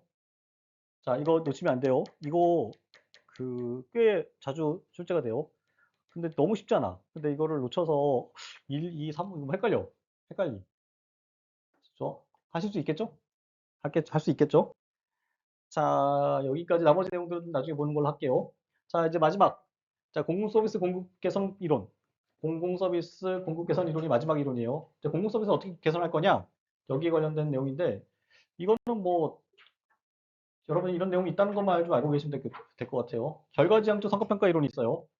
자, 이 공공 서비스의 개선을 위해서 무엇이 필요할까라고 했을 때, 결과지향적 성과 서비스 이론은, 자, 행정 서비스의 개선을 위해서는 계량적, 그다음 구체적, 그다음에 집행부서의 재량 확대, 시민에 의한 평가가 반영되면은 공공 서비스의 개선이 가능해집니다. 라고 주장해요. 뭐 어렵지 않죠? 이런 내용이 있다까지만 알면 돼요. 계량적이고 구체적으로 평가해야 되고 집행부서를 확대하고 시민에 대한 평가를 하게 되면 뭐 한다? 행정 서비스의 공급이 개선될 수 있다라고 주장하는 이론이에요. 어렵지 않죠? 자, 근데 볼게요. 이게 우리가 그 이 결과지향적 성과평가라고 하는 개념을 이해해야 돼. 결과지향적. 최종 산물이 뭐냐를 평가하는 게 결과지향적이야. 알았죠? 자, 우리가 도로를 놔. 도로를 놓는 거예요. 도로를 막 놨어. 최종 산물이야? 아니에요. 도로를 놓는 거의 최종 산물은 뭐예요? 자, 교통이 빨라져. 그러면 예? 뭐가 줄어? 시간 비용이 줄겠죠. 시간 비용이 줄겠지. 그럼 뭐가 생겨? 예? 시간 비용이 줄어들면 비용이 줄잖아. 비용이 줄면은 뭐가 생겨? 가격 경쟁력이 생겨. 알았죠? 가격 경쟁이 생기면 수출이 확대돼. 수출이 확대되면 돈이 수입이 많아져. 결과적으로 뭐야? 우리의 경제적 이익이 커져요. 알았죠? 그럼 최종 산물은 뭐야? 예, 경제적으로 우리가 더 활용할 수 있는 자원이 증가한다는 거야. 알았죠? 실제로. 도로를 만들면 이렇게 된다는 거야. 최종 산물은 뭐다? 최종 산물은 그렇게 가는 거야. 도로를 만든다는 거야. 최종 산물과 중간 산물을 구분하셔야 돼. 근데 얘네들 같은 경우는 결과적인 성과평가라고 하는 것 자체는 최종 산물 쪽으로 평가를 해야 된다는 거야. 알았죠? 서비스가 이제 진행됐는데 중간에 산물은 신경 쓰지 말고 최종 산물을 평가하게 되면 어떻다? 최종적으로 행정 서비스 공급이 개선될 수 있다라고 보는 거예요. 자, 어렵지 않죠? 이거는 여러분들 이제 상식적으로 그냥 알고 계시면 돼요. 자, 여기까지 했어요. 자, 이것도 뭐 나중에 다시 설명드릴 수 있을 것 같아요. 이 내용들은. 아, 이거는 오늘 그냥 대충 설명드릴게요. 자, 우리가 투입, 업무, 산출, 결과, 영향 이렇게 구분해요. 이거 평가지표라고 그러는데, 자, 예를 들면 투입 같은 경우는 노후경유차 폐차 지원금 이게 투입이야. 노후경유차 하는데 돈을 주잖아. 폐차하면 돈 주는 거야. 이걸 이제 투입이에요. 그럼 신청 건수, 그다음 지원금, 지역 금액 이게 뭐냐면 업무야. 요 각 단계별로 우리 이거 평가할 수 있어요. 지원금 얼마 줬냐? 그 다음에 신청 건수 얼마 줬냐? 그 다음에 지원 금액 얼마냐? 이건 이제 돈을 준 거고 얼마를 줬느냐? 그 다음에 감소 비율, 그다음 미세먼지 얼마 감소했느냐? 그 다음에 마지막으로 이걸 통해서 건강에 얼마 좋아졌냐? 여기가 뭐예요? 이쪽으로 갈수록 최종 산물이 알았죠? 근데 평가할 때 뭐로 평가해야 된다? 최종 산물, 영양 쪽으로 가면서 평가해야 된다라는 거예요. 그렇게 되면 그만큼 행정 서비스가 개선될 거다라는 거예요. 왜냐하면 중간 거 건들지 말고 끝에만 건드면 돼. 끝에만. 알았죠? 끝에만 박살내면 돼. 알았죠? 자, 이렇게 주장하는 이론이 아까 방금 나온 이론이다라고 보면 돼요. 이해됐죠? 자, 이제 행정 규제 이론 할게요. 규제 이론. 행정 규제 이론까지만 하면은 이제 행정 수단 이론 끝나요. 자, 행정수단 몇 가지다? 공공서비스와 뭐다? 규제. 알았죠? 행정의 수단은 두 가지밖에 없어. 행정의 양쪽 날개는 행정이라고 하는 거 수단, 행정의 수단이라고 하는 자체는 규제와 공공서비스다라는 거예요. 공공서비스 뭐를 말한다? 공동분배를 말한다. 자, 개인은 개인의 지출로는 개인의 자원으로는 못하죠. 그래서 공동으로 구매하는 거야. 특히 학교 같은 거, 국방, 개인의 서비스로 국방할 수 있어 없어? 개인의 자원으로. 그래서 공동 구매하는 거예요. 그게 공공 서비스다라고 보면 돼요. 자, 이제 규제할 거예요. 규제. 규제는 유형 이론, 그다음에 정치 이론, 그다음에 문제 이론, 개혁 이론. 이게 총 네 가지로 구분 돼요. 자, 규제 유형 이론에는 그 네 가지 있어요. 네 가지. 이거 하나씩 하나씩 보시면 돼요. 자, 먼저 내용별 규제 유형 이론부터 볼게요. 내용별 규제 유형 이론부터 볼게요. 자, 얘들은 행정의 규제를 어떻게 구분할 수 있을까라고 했을 때 행정의 규제를 경제적 규제와 사회적 규제 유형으로 구분할 수 있다라고 주장해요. 이게 제일 중요해. 여러분 이거를 이해를 못하면 진도가 못 나가. 아무리 행정학이 암기 과목이긴 하지만 연결된 맥락이 있어요. 근데 그 맥락의 첫 번째야 이게. 그래서 꼭 이해하셔야 돼요. 오늘 이것만 이해해도 성공적이에요. 자, 이 내용별 규제 유형 이론은 행정의 규제를 경제적 규제와 사회적 규제 유형으로 구분할 수 있다라고 했어요. 그러면 이 규제 유형이라고 하는 것 자체는 세상에 있는 모든 규제를 두 개로 구분할 수 있다는 거야. 경제적 규제와 사회적 규제로 구분할 수 있다는 거예요. 자, 그럼 그 범주에 들어가려면 뭐가 있어야 돼? 조건이 있어야겠죠. 자, 우리가 동물을 어떻게 구분해요? 동물의 유형을. 동물의 유형을 어떻게 구분해? 포유류, 그다음에 뭐 파충류 있죠. 자, 포유류의 조건은 뭐야? 포유류에 들어가기 위한 조건은 새끼를 뭐로 키운다? 젖으로 키우면은 포유류가 되는 거야. 알았죠? 이렇게 정한 거예요. 자, 그래서 모든 유형에는 그 유형에 들어갈 수 있는 뭐가 있어야 돼? 조건이 있는 거예요. 알았죠? 자, 그러면 이해됐어요? 그러면 여기서 똑같아. 자, 경제적 규제가 들어가려면 경제적 규제의 조건이 있는 거예요. 그럼 우리는 이제 모든 유형 이론이 나오면 조건을 떠올리면 돼. 조건. 알았죠? 됐죠? 자, 경제적 규제 유형 이론은 자, 어떤 조건이냐면 자, 생산자의 행동을 제한하는 규제가 경제적 규제가 되는 거예요. 자, 규제들 중에 생산자의 행동을 규제하면은 경제적 규제가 돼요. 이해됐어요? 이해됐죠? 우리가 보면은 어떻게 보면 돼? 생산자가 있고 소비자가 있죠. 이 생산자를 규제하면 이 규제는 뭐가 된다? 경제적 규제가 된다라는 거예요. 자, 규제라고 하는 것 자체를 다시 좀 정리해 보면 간단해요. 규제라고 하는 것은 뭐예요? 행동의 제약이야. 우리가 법리상으로는 어떻게 돼 있어? 자연 상태에서는 우리에게 뭐가 있어요?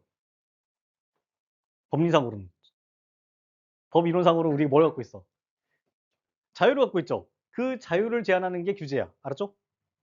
자, 자유의 제한이 규제다라고 보면 돼요. 다시 말해서 누구의 자유를 제한하는 거야?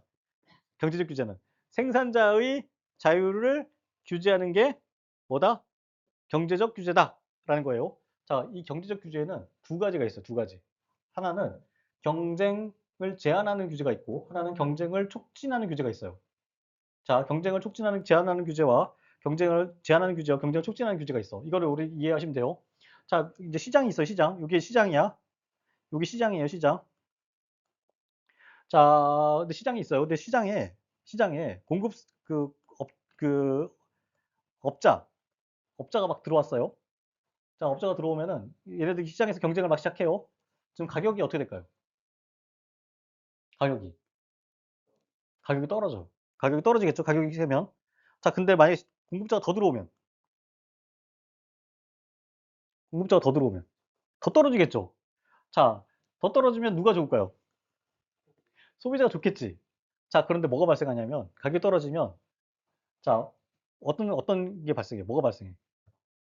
이 다만 발생한 거 출혈 경쟁이 발생해요. 출혈 경쟁. 그래서 원가 이하 판매가 발생해요. 원가 이하가 발생해. 그러면은 얘네들이 어떻게 돼? 원가 이하로 판매하면 뭐가 발생해? 도산이 발생해. 도산. 알았죠? 도산이 발생하면 얘네는 어떻게 돼? 사라지는 거야. 자, 그러면 도산이 발생하면 자, 어떤 문제가 발생하냐면 얘네들이 사업을 하기 위해서 부채를 발생시켰어요. 부채를 발생시켜서 사업에 들어왔어. 돈 빌려서 왔어. 얘네 도산하면 이 채무를 갚을 수 있어 없어? 없어요. 알았죠? 부실 채권이 사회적으로 쌓여. 사회적으로. 됐죠? 자, 그래서 이 시장에 공급자가 많은 게 좋은 거다, 안 좋은 거다? 좋은 거다, 안 좋은 거다? 어느 정도까지는 좋다. 그러면 우리가 공급자가 많으면 가격이 싸지니까 좋죠? 근데 너무 많으면 안 좋죠? 뭐가 발생해? 아까 말한 사회적으로 부실채권이 발생해. 알았죠? 자, 부실적으로 채권하면 은행이 망가져, 안 망가져? 망가져요. 그러면 경제가 안 돌게 돼. 자, 그걸 막기 위해서 뭐 해요? 얘네들이. 진입을 규제하는 거예요. 진입 못 들어오게 하는 거 장치를 만들어 놓은 거야. 이것을 진입 규제라고 불러요. 진입 규제. 알았죠? 진입 규제라고 하고 형식적으로는 인가와 허가야. 알았죠? 인가와 허가. 그것을 다른 말로 경쟁 제한 규제라고 불러요. 알았죠? 제한 규제. 넌 못 들어와. 더 이상 못 들어와. 알았죠? 이게 바로 경쟁 제한 규제다라고 보면 돼요. 자, 두 번째. 자, 그러면 이제 경쟁 제한 규제를 했어요. 근데 이렇게 또 시장이 또 있어요. 자, 근데 얘들이 이제 이렇게 세 명이 공급사가 세 명이 있었어요. 공급자가 쉽게 말해 생산자가 세 명이 있었어. 자, 근데 얘네들이 모여가지고 세 명 모여 있으면 어떤 일이 벌어져요? 어? 담합을 하겠지. 담합을 하겠죠. 담합을 딱딱딱딱 해서 가격을 어떻게 할까? 가격을 올리겠지. 올리겠죠. 자, 올리면 누가 손해야? 소비자들이 손해겠죠. 소비자들이 손해겠죠. 자, 그래서 얘들이 이거를 담합 못하도록 해야겠지. 못하게 하겠죠. 이 대표적인 뭐야? 이게 독과점 규제야. 담합하면은 벌금 때리죠. 벌금 때린다? 뭐 과징금 때리나? 때리죠. 알았죠? 이게 독과점 규제야. 알았죠? 독과점 못하도록 하기 위한 규제다. 라고 보면 돼요. 이것을 경쟁 촉진 규제라 불러. 알았죠? 경쟁 촉진 규제. 그래서 경제적 규제는 경쟁을 기준으로 해. 경쟁을. 그래서 경쟁을 제한하거나 경쟁을 촉진하는 방식으로 생산자의 행동을 제한해요. 알았죠? 목적은 뭐다? 목적은 뭐다? 경쟁을 촉진하고 경쟁을 억제하는 방식. 됐죠? 자, 그래서 경쟁이라고 하는 것 자체가 항상 선이다, 아니다? 아니에요. 경쟁이라고 하는 것 자체는 항상 선이 아니야. 공급자가 많아지잖아? 그거 경계해야 돼. 알았죠? 자, 자, 그 다음에 우리 주변에 막 기업들이 막 생겨. 그건 좋은 일이 아니다. 막 덩치 큰 기업들이 막 생겨. 좋은 일이다, 아니다? 아니에요. 자, 우리 이마트 가죠. 이제 특정 업체를 이렇게 하는 게 아니라 이마트라든지 롯데마트 가죠. 가요, 안 가요? 가죠. 좋아, 안 좋아? 좋아요, 안 좋아요? 가면은 깨끗하고 좋지. 근데 그게 마냥 좋은 건 아니다. 우리의 주머니를 뭐 한다? 돈을 빼가는 거예요. 알았죠? 자, 여러분들 이마트하고 롯데마트가 가격이 비싸요, 안 비싸요? 비싸요, 비싸. 알았죠? 뭐보다? 할인마트보다 비싸. 알았죠? 시장보다 비싸요. 훨씬 비싸. 그렇죠? 근데 걔네들이 왜 그걸 비싸게 받을 수 있어? 서비스 좋아서 롯데마트랑 가격을 맞췄기 때문에 그런 거예요. 알았죠? 롯데마트하고 가격을 맞춰. 걔들은 동네 마트하고 신경 안 써. 라지 사이즈들하고 같은 레벨에서 가격을 맞췄기 때문에 자기가 비싸게 받을 수 있는 거야. 알았죠? 이해됐죠? 자, 여기까지 해서 이 두 가지 경쟁을 제한하거나 경쟁 촉진하는 것을 경제적 규제다라고 불러요. 알았죠? 경제적 규제예요. 자, 그 다음에 두 번째가 자, 구성원의 행동을 제한하는 것을 사회적 규제라고 불러요. 사회적 규제. 자, 됐죠? 자, 근데 이건 지금 재밌는 게 단서가 하나 있어요. 자, 사회적 형평성을 확보하기 위해서 사회 구성원의 행동을 제한하는 거야. 여기서 포인트 뭐야? 봤을 때. 형평성. 형평성을 확보하기 위해서 사회 구성원 행동을 제한하는 거야. 알았죠? 자, 그럼 여기서 사회 구성원은 기업도 들어갈까 안 들어갈까요? 들어가요. 알았죠? 그럼 여기서 포인트가 되는 거는 뭐야? 사회적 형평성을 확보하기 위한 거예요. 자, 노동규제, 환경규제 여기 대표적인 게 여기에 들어가요. 자, 그러면 왜 환경규제가 자, 사회적 규제에 들어가느냐만 따지면 돼. 됐죠? 이것만 따져보면 되죠? 자, 만약에 이게 우리가 이게 강이 이렇게 있어요. 강이 이렇게 있어. 자, 공장이 이렇게 있어요. 자, 폐수를 버려. 자, 그러면 야들하고 먹는 물의 수질이 달라요, 같아요? 달라요. 형평이 맞아, 안 맞아? 안 맞아. 그 얘들 못 버리게 하는 거야. 이렇게. 이게 환경 규제예요. 이 환경 규제의 최종 목표는 뭐다? 사회적 형평성을 확보하기 위한 거야. 알겠죠? 사회적 형평성을 확보하기 위한 거다라고 보면 돼요. 자, 볼게요. 그 다음에 기업들 있죠. 자, 어떤 기업은 노동 조건이 좋고 어떤 데 낮아. 맞아. 형평이 맞아, 안 맞아? 안 맞아. 그래서 규제를 해서 이것도 막 끌어올리는 거야. 알았죠? 그래서 노동 규제도 대부분 무슨 규제다? 사회적 규제다. 라는 거예요. 자, 사회적 규제의 핵심 뭐다? 키워드는 형평이다. 알았죠? 경제적 규제는 경쟁이다. 경쟁을 강화하거나 완화하거나. 요거예요. 형평과 경쟁만 따올리면 돼요. 알았죠? 자, 볼게요. 자, 경제적 규제는 일반적으로 단점이 하나 있어요. 이게 되게 중요한 거예요. 자, 지대추구와 포획을 야기해요. 지대추구와 포획을 야기해요. 지대추구와 포획을 야기해요. 경제적 규제라고 하는 자체는. 자, 볼게요. 자, 만약에 이게 시장이 이렇게 있어요. 야들 입장에서는 자, 야들이 이제 장사를 하고 있어요. 외부에서 들어오는 게 좋을까 안 들어올까요? 안 좋겠죠. 자, 그러면 얘네들은 뭐가 있으면 좋겠어? 여기에 담벼락이 있으면 좋겠죠. 담벼락을 만들어 달라고 할 수가 경제적 규제가 있는 상황에서 이 담벼락을 만들어 달라고 할 수 있어 없어요? 있겠죠. 그래서 경제적 규제가 존재하는 상황에서는 이 담벼락이 점점 올라가. 어떻게 올라가요? 누가 이거 올려줘 실제로? 그 정부한테 가서 관료들한테 가서 알았죠? 전부 올려달라고 할 수 있는 거예요. 자, 만약에 이게 존재하지 않으면 올려달라고 할 수 있어 없어? 없죠. 이게 존재하기 때문에 경제적 규제가 존재하기 때문에 이거를 높이 쌓을 수 있게 되는 거야. 알았죠? 됐죠? 자, 그 다음에 또 하나. 얘들이 둘이 셋이 있는데 얘 담합했어.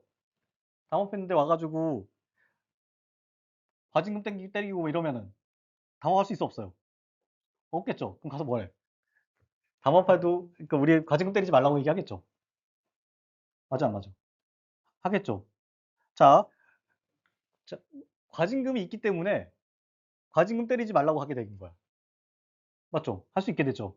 그 과정에서 자, 과징금을 때릴 수 있어서 과징금 때리지 말라고 할 경우에 그냥 맨입으로 돼야 안 돼. 안 돼요. 안 되죠. 과징금을 때리는 상황에서 내 과징금 때리지 마세요라고 하면은 맨입으로 돼야 안 돼. 안 돼요. 뭘 받아? 그때 뭘 받아요? 뇌물을 받아. 알았죠? 그것을 고급 용어로 포획됐다고 그래요. 포획. 알았죠? 포획됐다라고 해요. 포획이라고 하는 자체는 실제로는 자, 피규제자, 규제자가 피규제자에 동조하는 거. 알았죠? 그를 포획이라고 불러요. 알았죠? 포획이라고 불러요. 자, 그게 발생한다. 라는 거예요. 근데 그 포획이 발생하는 과정에서 뭐가 발생한다? 부패가 발생한다. 부패의 가능성이 있다는 거예요. 만약에 이거에 대한 규제가 없다. 아예 없다 그러면. 규제가 존재하지 않다 그러면 포획을 시도할까 안 할까요? 안 하겠지. 그럼 뇌물이 있을까 없을까요? 없어요. 알았죠? 이것들이 존재하기 때문에 뇌물이 존재하게 되는 거야. 이 규제가 존재하기 때문에 뇌물이 존재하는 거야. 알았죠? 이해됐죠? 이해되죠? 이해되죠? 자, 지대추구라고 하는 것 자체는 여기서 이제 지대추구가 포획이 발생한다고 뒤에 있긴 하지만 여기서 말씀드리면 지대추구라고 하는 것 자체는 자신의 이익을 극대화하려는 걸 지대추구라고 불러. 일단 얘네들 입장에서는 안 들어오는 게 이익이 극대화되는 거죠. 그다음에 얘네들 입장에서는 셋이 짬짬이 하려고 그러는데 뭐가 지대추구야? 얘네들이 우리한테 개입 안 해주는 게 지대추구인 거죠. 맞죠? 장벽을 쌓거나 간섭을 최소화하는 게 지대추구야. 이 과정에서 뭐가 발생한다? 포획이 발생한다. 알았죠? 포획은 맨입으로 된다? 안 된다. 부패로 인해서 된다. 알았죠? 그래서 규제가 뭐의 원인이야? 부패의 원인이 돼요. 그래서 나중에 부패 문제가 나오면 규제 개혁, 특히 무슨 규제를 없애버려야 돼? 경제적 규제를 없애야 된다라고 하는 이론이 나오게 되는 거야. 알았죠? 이해됐죠? 자, 규제가 없으면 부패는 발생하지 않는다라는 거예요. 뭐가 없기 때문에? 포획이 없기 때문에. 포획 시도가 없기 때문에. 알았죠? 지대추구는 있다 없다. 규제가 있든 없든 간에. 있다. 지대추구는 각 이 사업자들이 자신의 이익을 극대화하려는 거야. 그 속성을 지대추구라고 불러요. 알았죠? 이해됐죠? 자, 지대라고 하는 것 자체는 이익이라고 보면 되고, 지대추구는 이익추구다.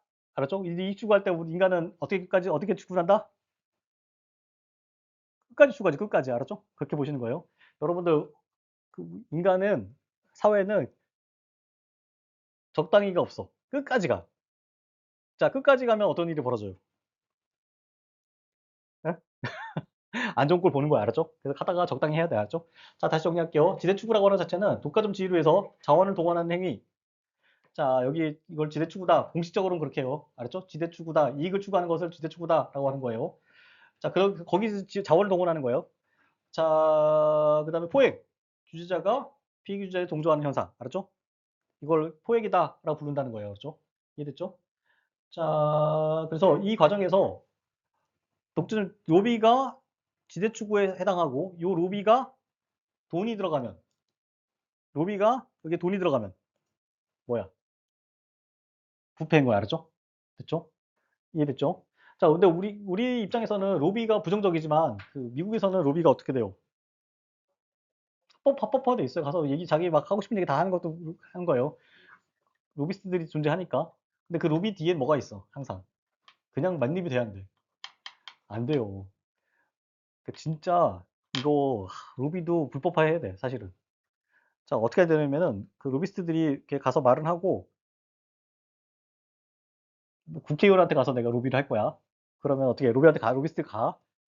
쫙 얘기해. 자, 얘기해. 그리고 나중에 뭐 해? 뭐 해? 뭐 행사 같은 거 열어줘. 지역구에서. 행사 같은 거 열어줘요. 근데 그게 누가 지불해도 돈이야. 만약 국회의원이 지불해도 돈이면 뭐가 되는 거야? 뇌물이 되는 거야. 알았죠? 그런 식으로 해요. 자, 그렇게 보면 됩니다. 자, 안중에요. 자, 그래서 자, 내용별 규제 유형 이론은 뭐 어떻게 된다? 규제 유형이 두 개다. 경제적 규제와 사회적 규제로 구분된다. 세상에 있는 모든 규제는 알죠? 경쟁과 관련된 건 뭐다? 경제적 규제다. 경쟁 촉진과 뭐가 있다? 경쟁 억제 규제가 있다. 알았죠? 이 두 개 다 뭘 이야기한다? 이것들은 일반적으로 부패를 이야기한다. 알았죠? 부패를 이야기한다. 지대추구라고 하는 속성이 있고, 지대추구로 속성을 있고, 자, 포획을 시도해. 그 경제적 규제를 경제적 규제 중에 경제 촉진을 억제시키거나, 촉진을 낮추거나, 억제를, 아니, 그 진입 규제를 높이거나, 요때 뭐가 발생한다? 포획이 발생한다. 알았죠? 포획이 발생한다. 포획은 맨입으로 안 된다. 알았죠? 그렇게 보시면 돼요. 자, 그러면 두 번째. 자, 사회적 규제는 대표적인 뭐가 있다? 노동 규제와 환경 규제다. 자, 사회 규제는 뭘 제한하는 거다? 형평성을 위해서 사회 구성원의 행동을 결정하는 거다. 구성하는 거다. 알았죠? 그렇게 보시면 돼요. 자, 아까 누구를 규제한다고 그랬어요? 경제적 규제는 생산자. 알았죠? 쉽게 말해서 기업을 억제하는 거, 기업. 알았죠? 여기서 헷갈리면 안 돼. 환경 규제는 기업을 규제하는 건데, 그럼 이거 왜 여기 들어가야 되는 거 아니냐? 라고 했을 때 단서가 있다고 그랬죠, 아까. 형평성. 알았죠? 형평성. 그죠? 자, 경제적 규제는 바람직한 경제 질서를 확보하기 위해서 하는 거예요. 바람직한 경제 질서. 자, 바람직한 경제 질서는 핵심 뭐냐면 자원이 경제가 사이클이 계속 반복돼야 돼요. 안정적으로. 이게 바람직한 경제야. 근데 만약에 말해줘 경쟁이 너무 촉진되면 어떻게 돼요? 아까 말했던 경쟁이 너무 경쟁이 너무 치열하면 아까 말했죠. 제가 어떤 일이 벌어진다고? 다 부도나 부도나죠. 부실채권이 증가해서 경제가 안 돌아요. 자, 그 다음에 또 하나. 만약에 독점이 발생하거나 독과점이 발생해서 기업들이 너무 돈 많이 갖고 가. 그럼 경제가 돌아간다, 안 돌아간다? 왜 안 돌아갈까요? 어? 이? 기업이 추구하면은 민간이 쓸 돈이 있어, 없어? 돈이 쓸 돈이 없어져요. 알았죠? 자, 그러면 물건을 구매할 수 있다, 없다? 없게 돼요. 물건을 구매를 못하면 생산을 할 수 있다, 없다? 바람직한 경제 질서를 훼손해요. 두 가지 다. 알았죠? 그 맥락으로 이해하시면 돼요. 어렵지 않죠? 자, 이제 여기서부터 이제 스키다시예요. 스키다시가 이제 시험자 출제되니까 좀 앞에 이론은 아까 말한 이 첫 번째가 대표 이론이야. 요거는 기본적으로 무조건 알고 있어야 되고 나머지 다 스키다시예요. 그래서 스키다시 시험자 출제가 가끔 되니까 이제 그걸 유심히 보셔야 돼요. 자, 아까 제가 뭐라 그랬어요? 정책 수단에서는 행정 수단에서는 뭐 어떻게 구성돼 있다? 행정 수단은 이씨, 공공 서비스와 주제로 구분돼 있다. 여기서 문제 나온다? 한 문제다. 알았죠? 자, 근데 만약에 시험 문제가 앞에서 나온 아까 공공 서비스 안 나오면 뭐가 나온다? 규제가 나오겠죠? 규제에서 규제에서 앞에서 내용 분류가 안 나오면 뭐가 나온다? 이 D가 나오는 거 알았죠? 자, 볼게요. 자, 수단별 규제 유형 이론은 자, 행정 규제를 명령지시적 규제와 시장 유인적 규제로 구분할 수 있다라고 주장해요. 그러면 이 유형의 조건이 뭐냐라고 했을 때, 자, 의무화된 기준에 따라서 행동을 제한하는 거야. 이것을 명령지시적 규제라고 불러요. 의무화된 기준에 따라서 행동을 제한하는 것을 명령지시적 규제라고 부르고, 자, 시장 유인적 규제는 자, 의무를 부과하지 않아요. 의무를 부과하지 않고 일정 범위 내에서 행동을 제한하는 것을 시장 유인적 규제다라고 불러요. 자, 이거는 뭐냐면 쉽게 보면 이거야. 자, 기준을 딱 정해놔. 기준 정하고 이 기준에 미흡하다. 미흡하면은 처벌하는 방식이 명령 지시적 규제예요. 알겠죠? 자, 그다음 두 번째 방식은 자, 범위를 정해놔요. 범위를 정해놓고 자, 여기서 위쪽으로 오면 인센티브를 준다거나 이익을 주고 밑으로 내려가면 아무것도 안 주고 맞죠? 자, 그러면 이게 뭐야? 이게 요게 일종의 아무것도 안 주는 것을 뭐라고 그래? 요게 이익이면 아무것도 안 주는 걸 불이익이죠, 불이익. 알았죠? 자, 요 방식 이익을 통해서 그 피규제자가 행동을 선택할 수 있도록 하는 방식이 뭐다? 시장 유인적 규제다. 알았죠? 자, 여기서는 어떻게 다 기준을 정해놓고 이걸 못 넘어가면 처벌하는 방식이에요. 알았죠? 처벌 안 받기 위해서 어떻게 한다? 이 기준을 넘어가려고 하겠죠. 요것을 명령 지시적 규제예요. 알았죠? 이해됐죠? 두 가지 규제가 작동해요. 우리가 알고 있는 규제들은 뭐예요? 대부분 명령 지시적 규제야. 여러분 나중에 공무원 되시면은 이거 할 거야. 자, 여러분들이 기준을 딱 정해놓고 이거를 어기면 규제하는 거야. 알았죠? 대부분 명령 지시적 규제예요. 자, 근데 명령 지시적 규제는 사람들이 괴로울까 괴롭지 않을까요? 괴로워요. 괴로워. 이거 걸리면 괴로워요. 왜냐면 벌금도 내야 되고 막 이렇겠죠? 걸리면. 자, 그렇게 보시면 됩니다. 자, 이건 뭐 직접적인 규제 효과는 담보 가능하지만은 뭐 경제적으로 이제 비효율적일 수도 있고 그다음에 경직돼 있고 알았죠? 그다음에 통제지향적이고 됐죠? 이 경제적으로 왜 비효율적이냐가 중요해요. 왜 비효율적이냐 중요하면은 자, 우리가 이거를 어떤 이 기준점 요 기준점 있죠? 요 기준점. 어떤 기준점이 있는데 이거를 우리가 딱 맞추기가 쉬워요, 안 맞아요? 안 해요? 어떤 기준점을 딱 정해 놨어. 생각해 보세요. 여러분도 딱 어떤 기준점을 정해 놓고 요거를 딱 맞추기가 쉬워요, 어려워요? 어? 어렵지. 그럼 대부분 어떻게 할까요? 기준을 넘어야겠지. 밑으로 가면 어떻게 돼? 처벌나니까 이걸 넘기겠죠. 그러면 어떻게 돼? 요만큼 더 규제 대응을 하기 위해서 뭘 한 거야? 비용을 쓴 거야. 명령지적 규제는 그래서 비효율적이라고 그래.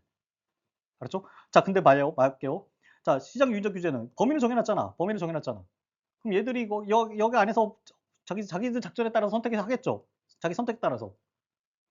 그럼 기업들이 자기가 최적의 수준에서 딱 자기들이 수준을 맞추겠지.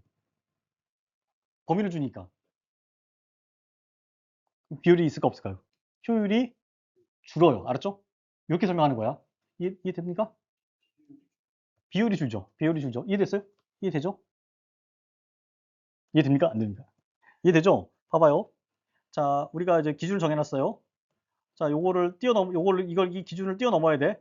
근데 뛰어넘려고 하다 보면은 딱 맞추기 힘들죠. 그럼 어떻게 해야 될까? 더 높이 해야겠지. 자, 만약에 우리가 만약 안에 수질을 하는데 수질을 관리할 때 우리 그 수질 그 기준 딱 맞출 수 있어 없어? 하다 보면 더 해야겠지. 장비한테 더 사. 그거 좀 더 올리려고 장비 더 사. 그럼 그게 뭐야? 비율이에요. 물론 사회적으로 좋지. 폐기물이 덜 나가니까. 그렇지만 규제 측면에서는 비율이 발생하는 거. 정부 입장에서는 요거만 맞추면 되잖아. 자기들 여기 정해놨죠. 요거만 맞추면 되는데 민간 입장에서 그 피규제 입장에서 더 하게 되는 거야. 알았죠? 요만큼 더 하게 되는 거야. 요만큼 더 하게 되죠. 알았죠? 근데 만약에 이 범위를 정해놨어. 여기서부터 여기까지가 범위야. 그러면 기업들은 이 안에서 자기들 하고 싶은 데서 하면 되잖아. 맞죠? 그러면 장비를 더 살 필요 있어 없어? 이 안에만 들어오면 장비 더 산다 안 산다? 안 산다. 알았죠? 근데 만약 여기 있는 애들은 장비 산 애들이죠. 그럼 여기를 뭘 줘? 인센티브 주는 거야. 노 프로블럼. 알았죠? 요 차이다라고 보면 돼요. 이해됩니까? 안 됩니까? 된다고 할게요. 갑니다. 자, 그 다음에 세 번째. 자, 규제 대상별 규제 유형 이론. 이거 오늘 시험 나왔어요. 자, 여기는 그 세 가지예요. 규제 유형이. 수단, 성과, 관리 규제. 이 세 가지가 있어요. 자, 이거는 규제를 뭘 대상으로 할 거냐라고 하는 거예요. 수단 규제는 투입 규제라고 불러. 자, 우리가 어떻게 되냐면은, 자, 이 과정이 있고, 투입이 있고, 산출이 있다. 이 개념이야. 항상. 투입이 있고, 과정이 있고, 산출이 이루어져. 자, 그래서 투입을 관리하는 것을 수단 규제. 얘네들에 대해서 기준을 정해주는 거야. 막 다. 알았죠? 이런 것을 수단 규제다라고 불러요. 됐죠? 이해됐어요? 안 됐어요? 자, 그 다음에 이 산출물, 과정은 모르겠고 산출물의 기준을 정해놓는 거야. 이것을 성과 규제, 다른 말로 산출 규제다라고 불러요. 알았죠? 대표적인 게 이제 오염물질 배출 기준 같은 것들이 여기 들어간다라고 보면 됩니다. 됐죠? 자, 그 다음에 대표적인 게 수입단 규제 같은 경우는 안전장치 설치 요구가 있어요.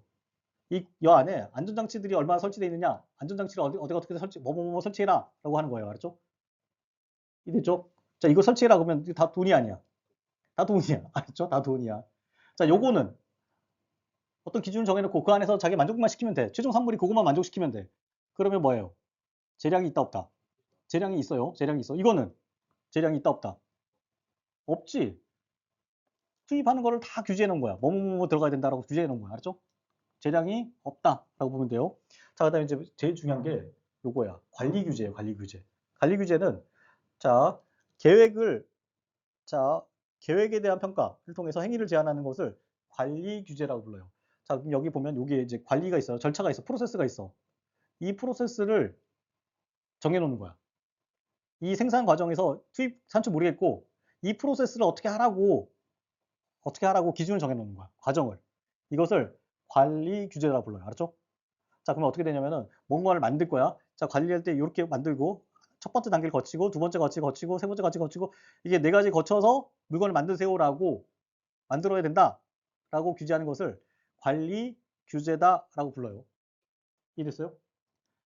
자, 이해 잘 안 됐죠? 자, 그럼 이거를 우리가 쉽게 보면 어떻게 되냐면은 우리가 김치 만든다고 할게요. 김치. 자, 김치를 만들 때 자, 김치의 재료들 있죠. 재료들의 농약, 잔류를 제한하는 거. 이거 뭐야? 잔류 농약을 제가 관리하는 거. 이걸 규제하는 거 뭐라? 수단 규제. 알았죠? 자, 김치를 들어왔어요. 재료가 들어왔어. 그것을 자, 첫 번째 세척해라. 니들. 세척하라. 그 다음 두 번째 뭐하자? 세척 또 해라. 자, 절단해라. 그 다음에 쭉 어떻게 하고 이렇게 해가지고 최종적으로 포장해라. 포장은 뭐 진공 포장해라. 이런 식으로. 요렇게 프로세스를 규제하는 것을 무슨 규제? 관리 규제다. 관리 규제다. 관리 규제. 알았죠? 그 다음에 나중에 최종적으로 김치가 나왔어. 김치에 들어가 있는 불순물 정도를 규제하는 거야.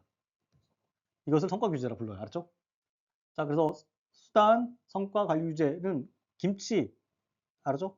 포장 김치를 기준으로 생각해 보시면 돼요. 어렵지 않아요. 자, 그래서 대표적으로 식품 안전 기준이 여기 들어가요. 우리가 보통 식품은 종류가 많아요, 안 많아요? 재료가 많아요, 안 많아요? 표준화돼, 안 돼? 안 되지. 그러니까 조질 수가 없어. 아, 잠깐. 박살낼 수 있어, 없어요? 없어요. 그러니까 프로세스를 잡아. 그 대표적인 게 우리가 알고 있는 무슨 인증, 해썹 인증 뭐 이런 것들이야. 알았죠? 자, 그래서 이거를 계획서를 내. 그리고 그 계획서에 맞게 안 맞게 행동하면 어떻게 된다? 박살낸다. 알았죠? 인증을 뺏어버려. 인증을 뺏어버리면 납품 된다, 안 된다? 안 된다. 알았죠? 이것도 규제 방식이다. 알았죠? 자, 뭐가 제일 세련돼 있어? 보면 세련된 게 뭐야? 가장 세련된 게 관리 규제가 가장 세련된 방법이에요. 이해됐죠? 자, 성과 규제가 적용이 어려울 때 이런 데 쓴다라는 거예요. 왜냐하면 식품은 종류가 많잖아. 패키지에 따라서 다 달라.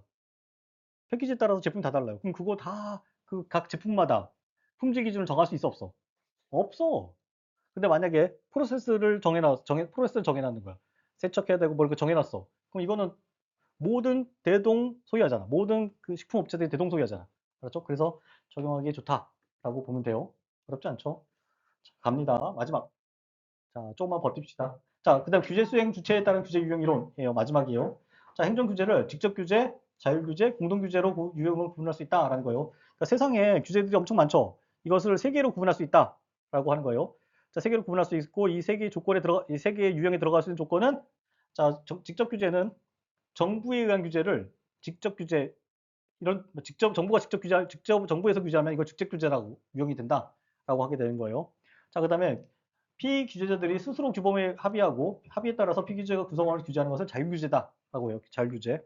이거를 자율규제다라고 해요. 자, 그 다음에 마지막으로 3자가 규제하는 것을 공동규제다라고 규제라고 해요. 이해됐죠? 어렵지 않죠? 자, 어떤 거냐면, 자, 우리가 그 규제자가 있고 피규제자가 있어요. 이게 정부가 보통 규제자죠. 야가 직접 피규제자를 규제하는 것을 직접 규제. 자, 피규제자가 스스로 자기를 규제하는 거. 이것을 자율 규제. 어렵지 않아요. 구분해야 돼, 이거. 자, 그 다음에 삼자를 또 만들어. 삼자가 이 피규제자를 규제하는 것을 공동 규제라고 해요. 알았죠? 이 공동 규제는 누구랑 누가 공동이라는 뜻이야. 누가 공동과 누가 공동이. 이거 공동 규제라고 하죠. 삼자를. 누가 공동이야. 공동이랑 같이 한다는 뜻이잖아. 야하고 정부하고 야하고 같이 하는 거예요. 알았죠? 그래서 공동 규제라고 불러요.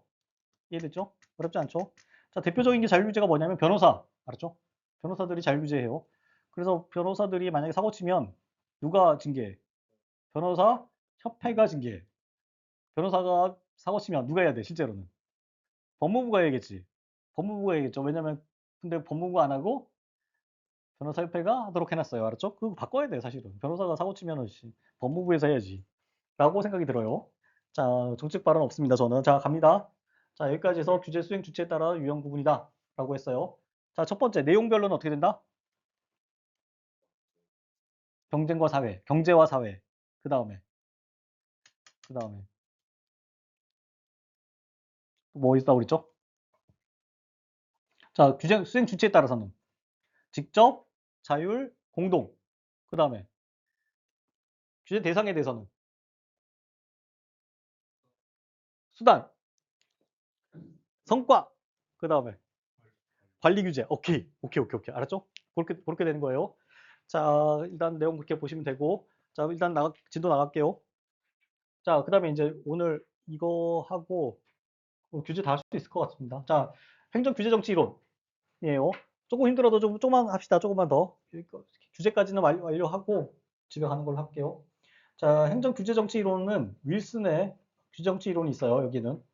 자, 이 이론 자체는 그 시험 출제 빈도가 예전에는 매우 높았어요. 그러니까 아주 전통적 문제야. 전통적 문제.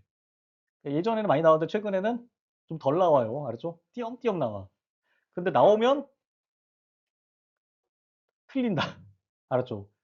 자, 띄엄띄엄 나오는데 나오면 틀리는 거는 치명적이야, 치명적이지 않아? 치명적이야. 알았죠? 자, 이런 문제들을 좀 괴롭더라도 미리 좀 정리를 하고 있어야 돼. 알았죠? 괴롭더라도. 그러니까 생각보다 행정학을 뒤에 가면 할 게 없어요. 그래서 이런 것들을 좀 챙겨 놓는 게 오히려 행정학 공부를 단축시키는 방법이야. 자, 설명드릴게요. 자, 행정 규제는 어떤 정치를 야기하느냐? 라고 하는 게 질문이야. 다시 말해서 규제는 어떤 상황을 만들어내느냐가 질문이야. 규제가 어떤 영향을 미치느냐가 질문이라고 보면 돼요. 여기에 대해서 윌슨이라고 하는 사람이 규제 정치 이론이라고 하는 이론을 만들어냈어. 규제 정치 이론이라고 하는 걸 만들어냈다라고 보면 돼요. 자, 이거 아까 시험 문제 나왔어요. 맞죠? 고객 정치 할 때 나왔어요. 좀 잘 들으시면 돼. 아까 맞아 틀렸어요. 생각 안 나요? 틀렸어요. 괜찮아. 자, 들으면 이제 풀 수 있어요. 자, 얘들은 그 윌슨의 규정치 모형은 자, 규제는 네 가지 상황을 만들어낸다고 봤어요. 대중정치, 고객정치, 기업가 정치, 이익집단 정치를 만들어낸다. 라고 봤어요. 이해됐어, 안 됐어요? 자, 됐죠? 자, 그러면 우리가 이제 대중정치, 그 다음에 고객정치, 기업가 정치, 이익집단 정치를 이해하면 돼요. 자, 근데 이제 이거 들어가기 전에 하나를 이해해야 될 게 뭐냐면, 자, 규제라고 하는 것 자체는 이익을 보는 사람이 있고, 규제가 존재하면서, 규제가 존재하면 이익을 보는 사람하고, 그 다음에 비용을 부담하는 사람으로 구분된다고 본 거예요.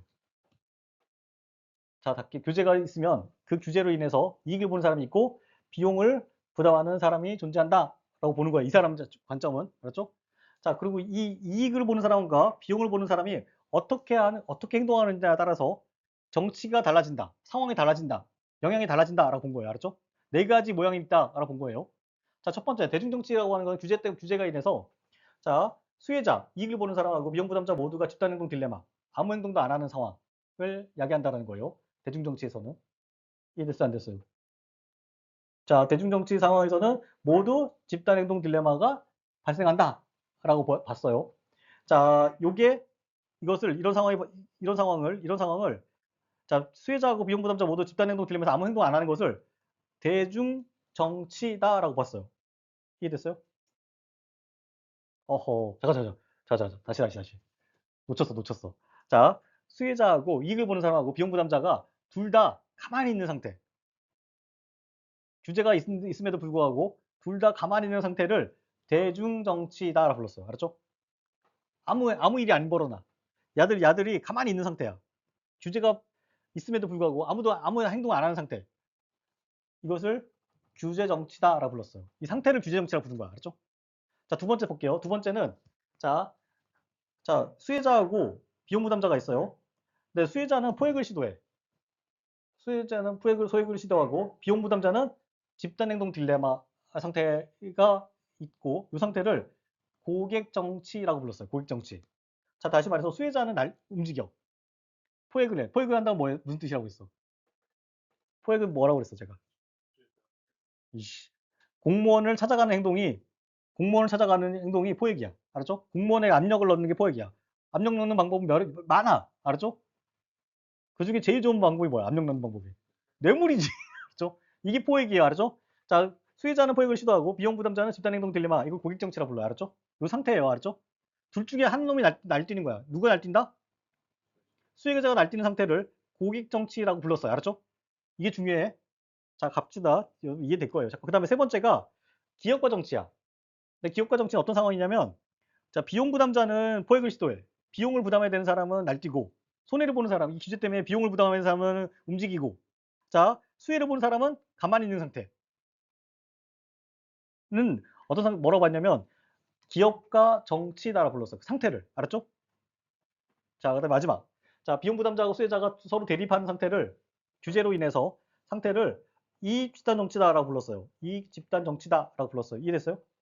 자, 세상에 규제가 존재하고 비용 이익을 보는 사람하고 비용을 부담하는 사람이 있어요. 이거밖에 없어. 규제 세 개밖에 없어, 세상에. 규제가 존재하고 이익이 존재하고 이익을 보는 사람하고 비용 부담자가 있어. 둘 다 가만히 있는 상태가 뭐다? 무슨 상태다? 규제가 세 개의 삼자가 있는데 세 개 비용 규제는 존재하고 이 세 가지 존재하는 상태가 그러니까 비용 이익을 보는 사람하고 비용 부담자가 가만히 있는 상태. 이거를 대중정치 상태 상황이다. 대중정치 상태다 부른 거야. 알았죠? 자, 이익을 보는 사람이 날뛰는 거를 이익을 보는 사람이 수혜자가 포획을 시도하는 거. 이익을 보는 사람이 규제 때문에 이익을 보는 사람이 날뛰는 거. 고객 정치. 알았죠? 자, 비용 부담자가 날뛰는 상태를 기업가 정치. 알았죠? 요것만 이해하면 돼. 끝이야. 자, 그 다음에 둘 다 날뛰는 거. 이익 집단 정치야. 알았죠? 그래서 비용 부담자와 규제와 이 세 개가 세상에 여기 세 삼자가 있다라는 거를 머리에 기억하셔야 돼. 알았죠? 그리고 얘가 날뛰냐에 따라서 상황이 바뀐다라는 거야. 그 각 상황을 무슨 정치라고 묘사한 거야. 끝이에요. 알았죠? 자, 그럼 이제 본격적으로 들어갈게요. 자, 볼게요. 이거부터 할게요. 고객 정치부터 할게요. 고객 정치. 고객 정치는 자, 수혜자가 포획을 시도해. 수혜자가 포획을 시도하고 비용 부담자가 집단행동 딜레마에 있다는 얘기는 자, 수혜자가 자, 이익과 비용은 똑같아요. 자, 이걸 이해해야 돼. 이익과 비용은 똑같아. 자, 단지 숫자가 많냐 적냐야. 맞죠? 자, 만약에 수혜자가 많으면 뭐가 커져요? 수혜자가 적으면 이익과 비용은 똑같다고 했어요. 똑같다고 했어요. 근데 수혜자가 적다. 그러면은 한 명한테 이익이 커져요, 안 커져요? 이익이 커져. 알았죠? 이익이 커지니까 누가 움직인다? 수혜자가 움직이는 거예요. 수혜자가 움직이는 걸 뭐라 부른다? 고객정 뭘 포획이야. 고객정치잖아, 고객정치. 어이씨, 놓치면 안 돼. 한 번만, 한 번만. 아까 시험문제 나왔잖아. 맞죠? 눈에 앞에서 봤잖아. 또 나온다니까. 자, 그 다음에. 자, 됐죠? 자, 그러면 안 움직여. 비용 부담자가 안 움직여. 그럼 비용 부담자가 많다는 얘기야, 적다는 얘기야? 많다는 얘기야. 비용을 여러 명이 나눠 먹기 때문에, 비용을 여러 명이 나눠서 하기 때문에 비용이 적어요. 움직일 동기가 없는 상태인 거야. 알았죠? 이 상태가 무슨 상태다? 고객정치라는 거야. 알았죠? 이해됐죠? 제가 거꾸로 한번 시도 한번 해보는 거야. 자, 그러면 무엇이 이런 상태를 만들어내느냐, 어떤 규제가 만들어내느냐를 판단해보면 돼. 거꾸로 오는 거예요. 자, 대표적인 게 뭐냐면 항공 인허가야. 항공 인허가. 자, 항공 인허가는 뭐예요? 무슨 정치, 무슨 규제야? 경제적 규제 중에 경쟁 촉진이야, 경쟁 억제야? 경쟁 억제 규제죠. 자, 인허가를 하게 되면 어떻게 돼? 항공 인허가라고 해서 그 항공 인허가 규제가 막 인가 규제가 올라가. 그럼 어떤 일이 벌어져요? 누가 이익을 봐? 소비자가 이익을 봐요? 그 올라가면 새로 경쟁자가 진입 못하지. 그럼 얘들은 가격을 올릴 수 있다 없다? 가격을 올릴 수 있다 없다? 있지. 가격을 올리죠. 쭉쭉쭉 올려요. 자, 근데 그 안에는 소수야 다수야?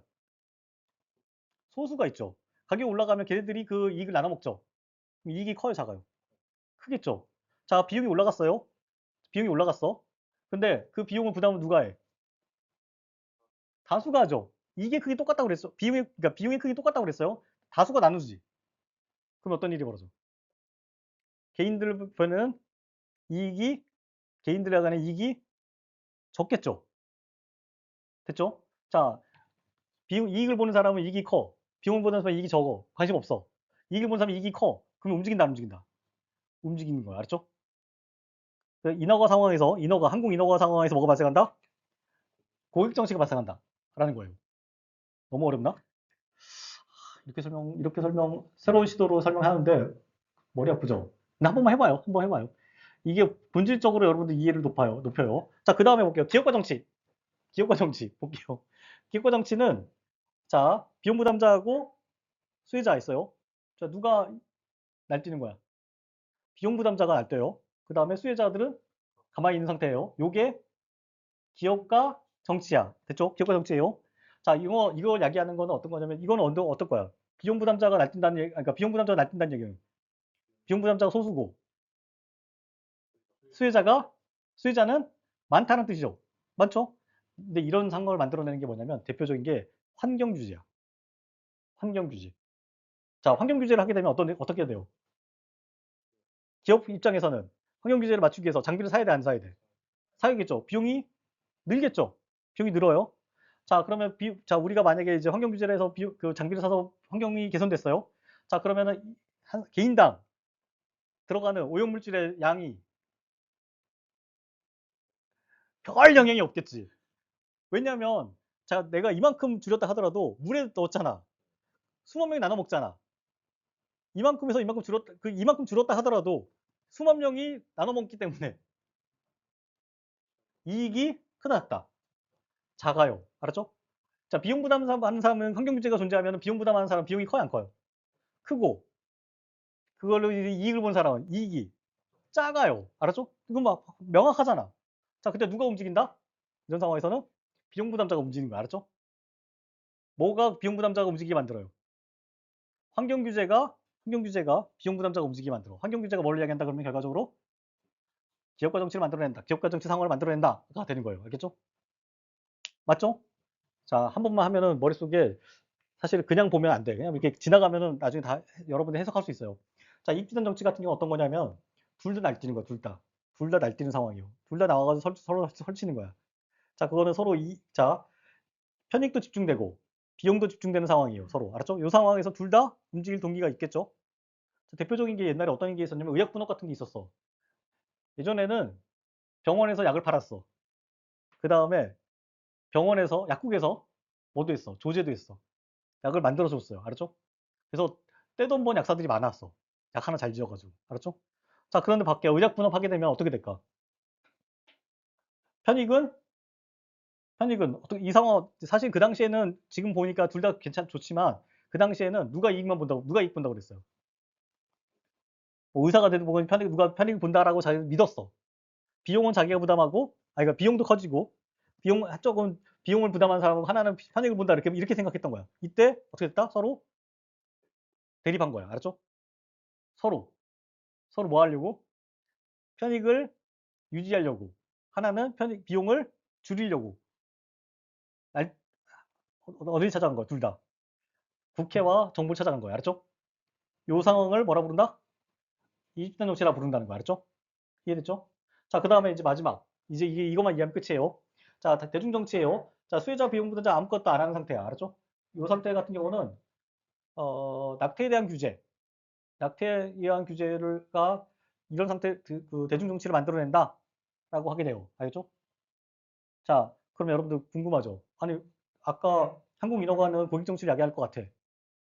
계산해 보니까. 계산해 보니까. 자, 그다음에 기업가 정치도 계산해 보니까 그럴 것 같아. 근데 그럼 얘들은 왜 낙태가 대중 정치를 야기할까? 라고 질문 던질 수 있겠죠. 질문 돼, 안 돼? 질문 되죠? 근데 이건 실제로 어떻게 되는 거냐면 낙태 규제 같은 거 하잖아요. 그러면 이 안에 이익을 보는 사람과 비용 부담자가 존재할까 안 할까요? 존재하겠지, 실제로. 존재해요. 모든 규제는 이익을 보는 사람과 비용을 부담하는 사람 존재해. 그런데 아무도 안 움직여. 경험적으로. 경험적으로. 경험적으로 보니까 아무도 안 움직여. 그래서 낙태에 대한 규제가 대중정치를 야기한다라고 하게 되는 거예요. 낙태를 위한 규제를 했더니 둘 다 안 움직이는 거야. 아, 그래서 낙태에 대한 규제가 대중정치를 야기한다라고 하게 되는 거예요. 경험적인 거예요. 알았죠? 이거는 항공인허가 같은 거는 경험적이면서 이론적으로 설명이 돼. 알았죠? 됐죠? 그래서 음란물 같은 경우 규제도 비용 부담자하고 이익을 보는 사람하고 날뛸까 안 날뛸까? 둘 다.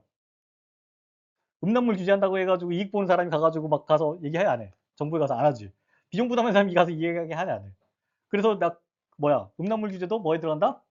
대중정치를 야기한다라고 하게 되는 거예요. 허, 이해됐어요? 이해됐어요? 이해된 거예요. 이해된 거야. 그 정도면 이해된 거예요. 이해된 거예요. 됐죠?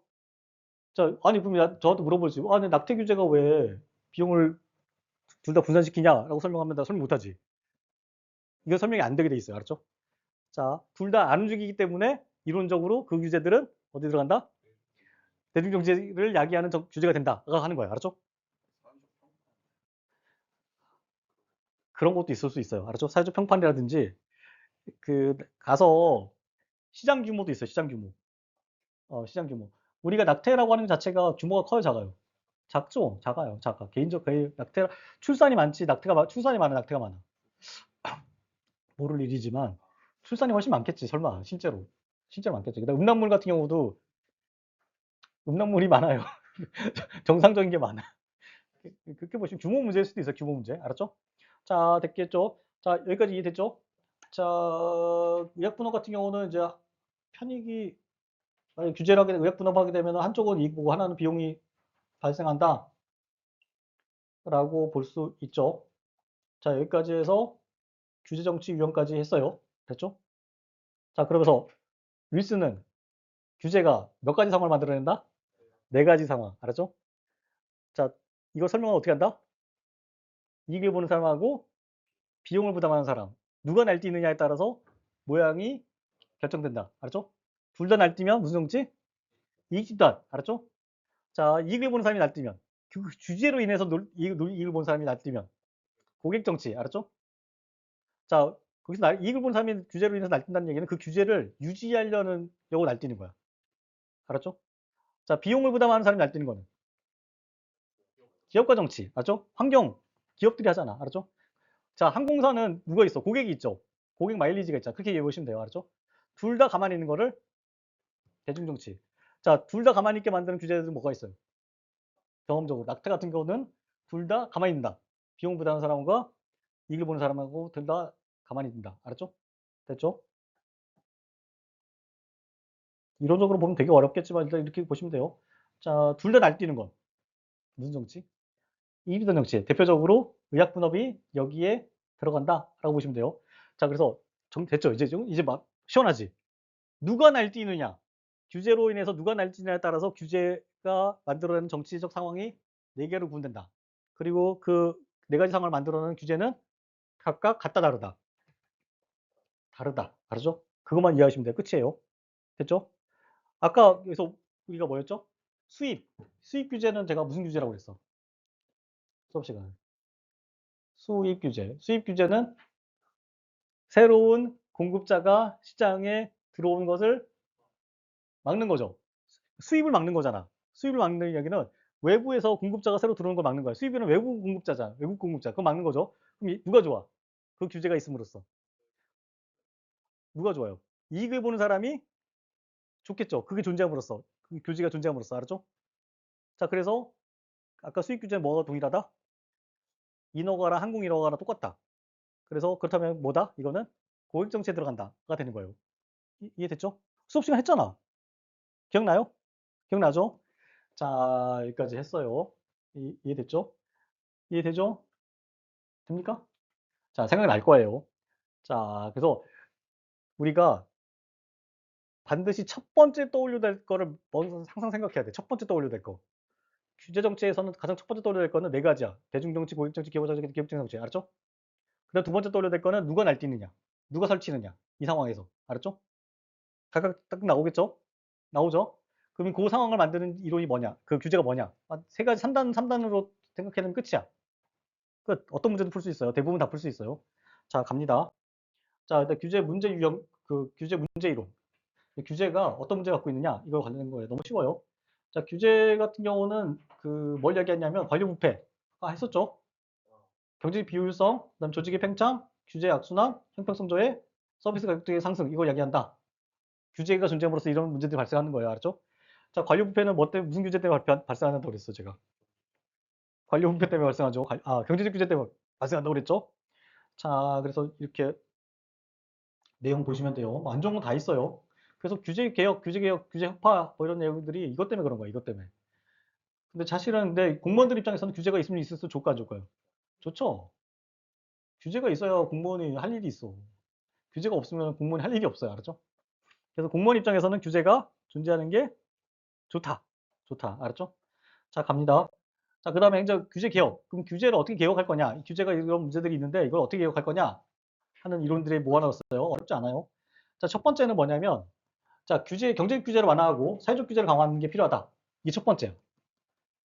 규제 개혁의 규제의 문제를 해소하기 위해 첫 번째 방법은 경제적 규제를 완화하고 사회적 규제를 강화하는 그 방법이다라는 거예요.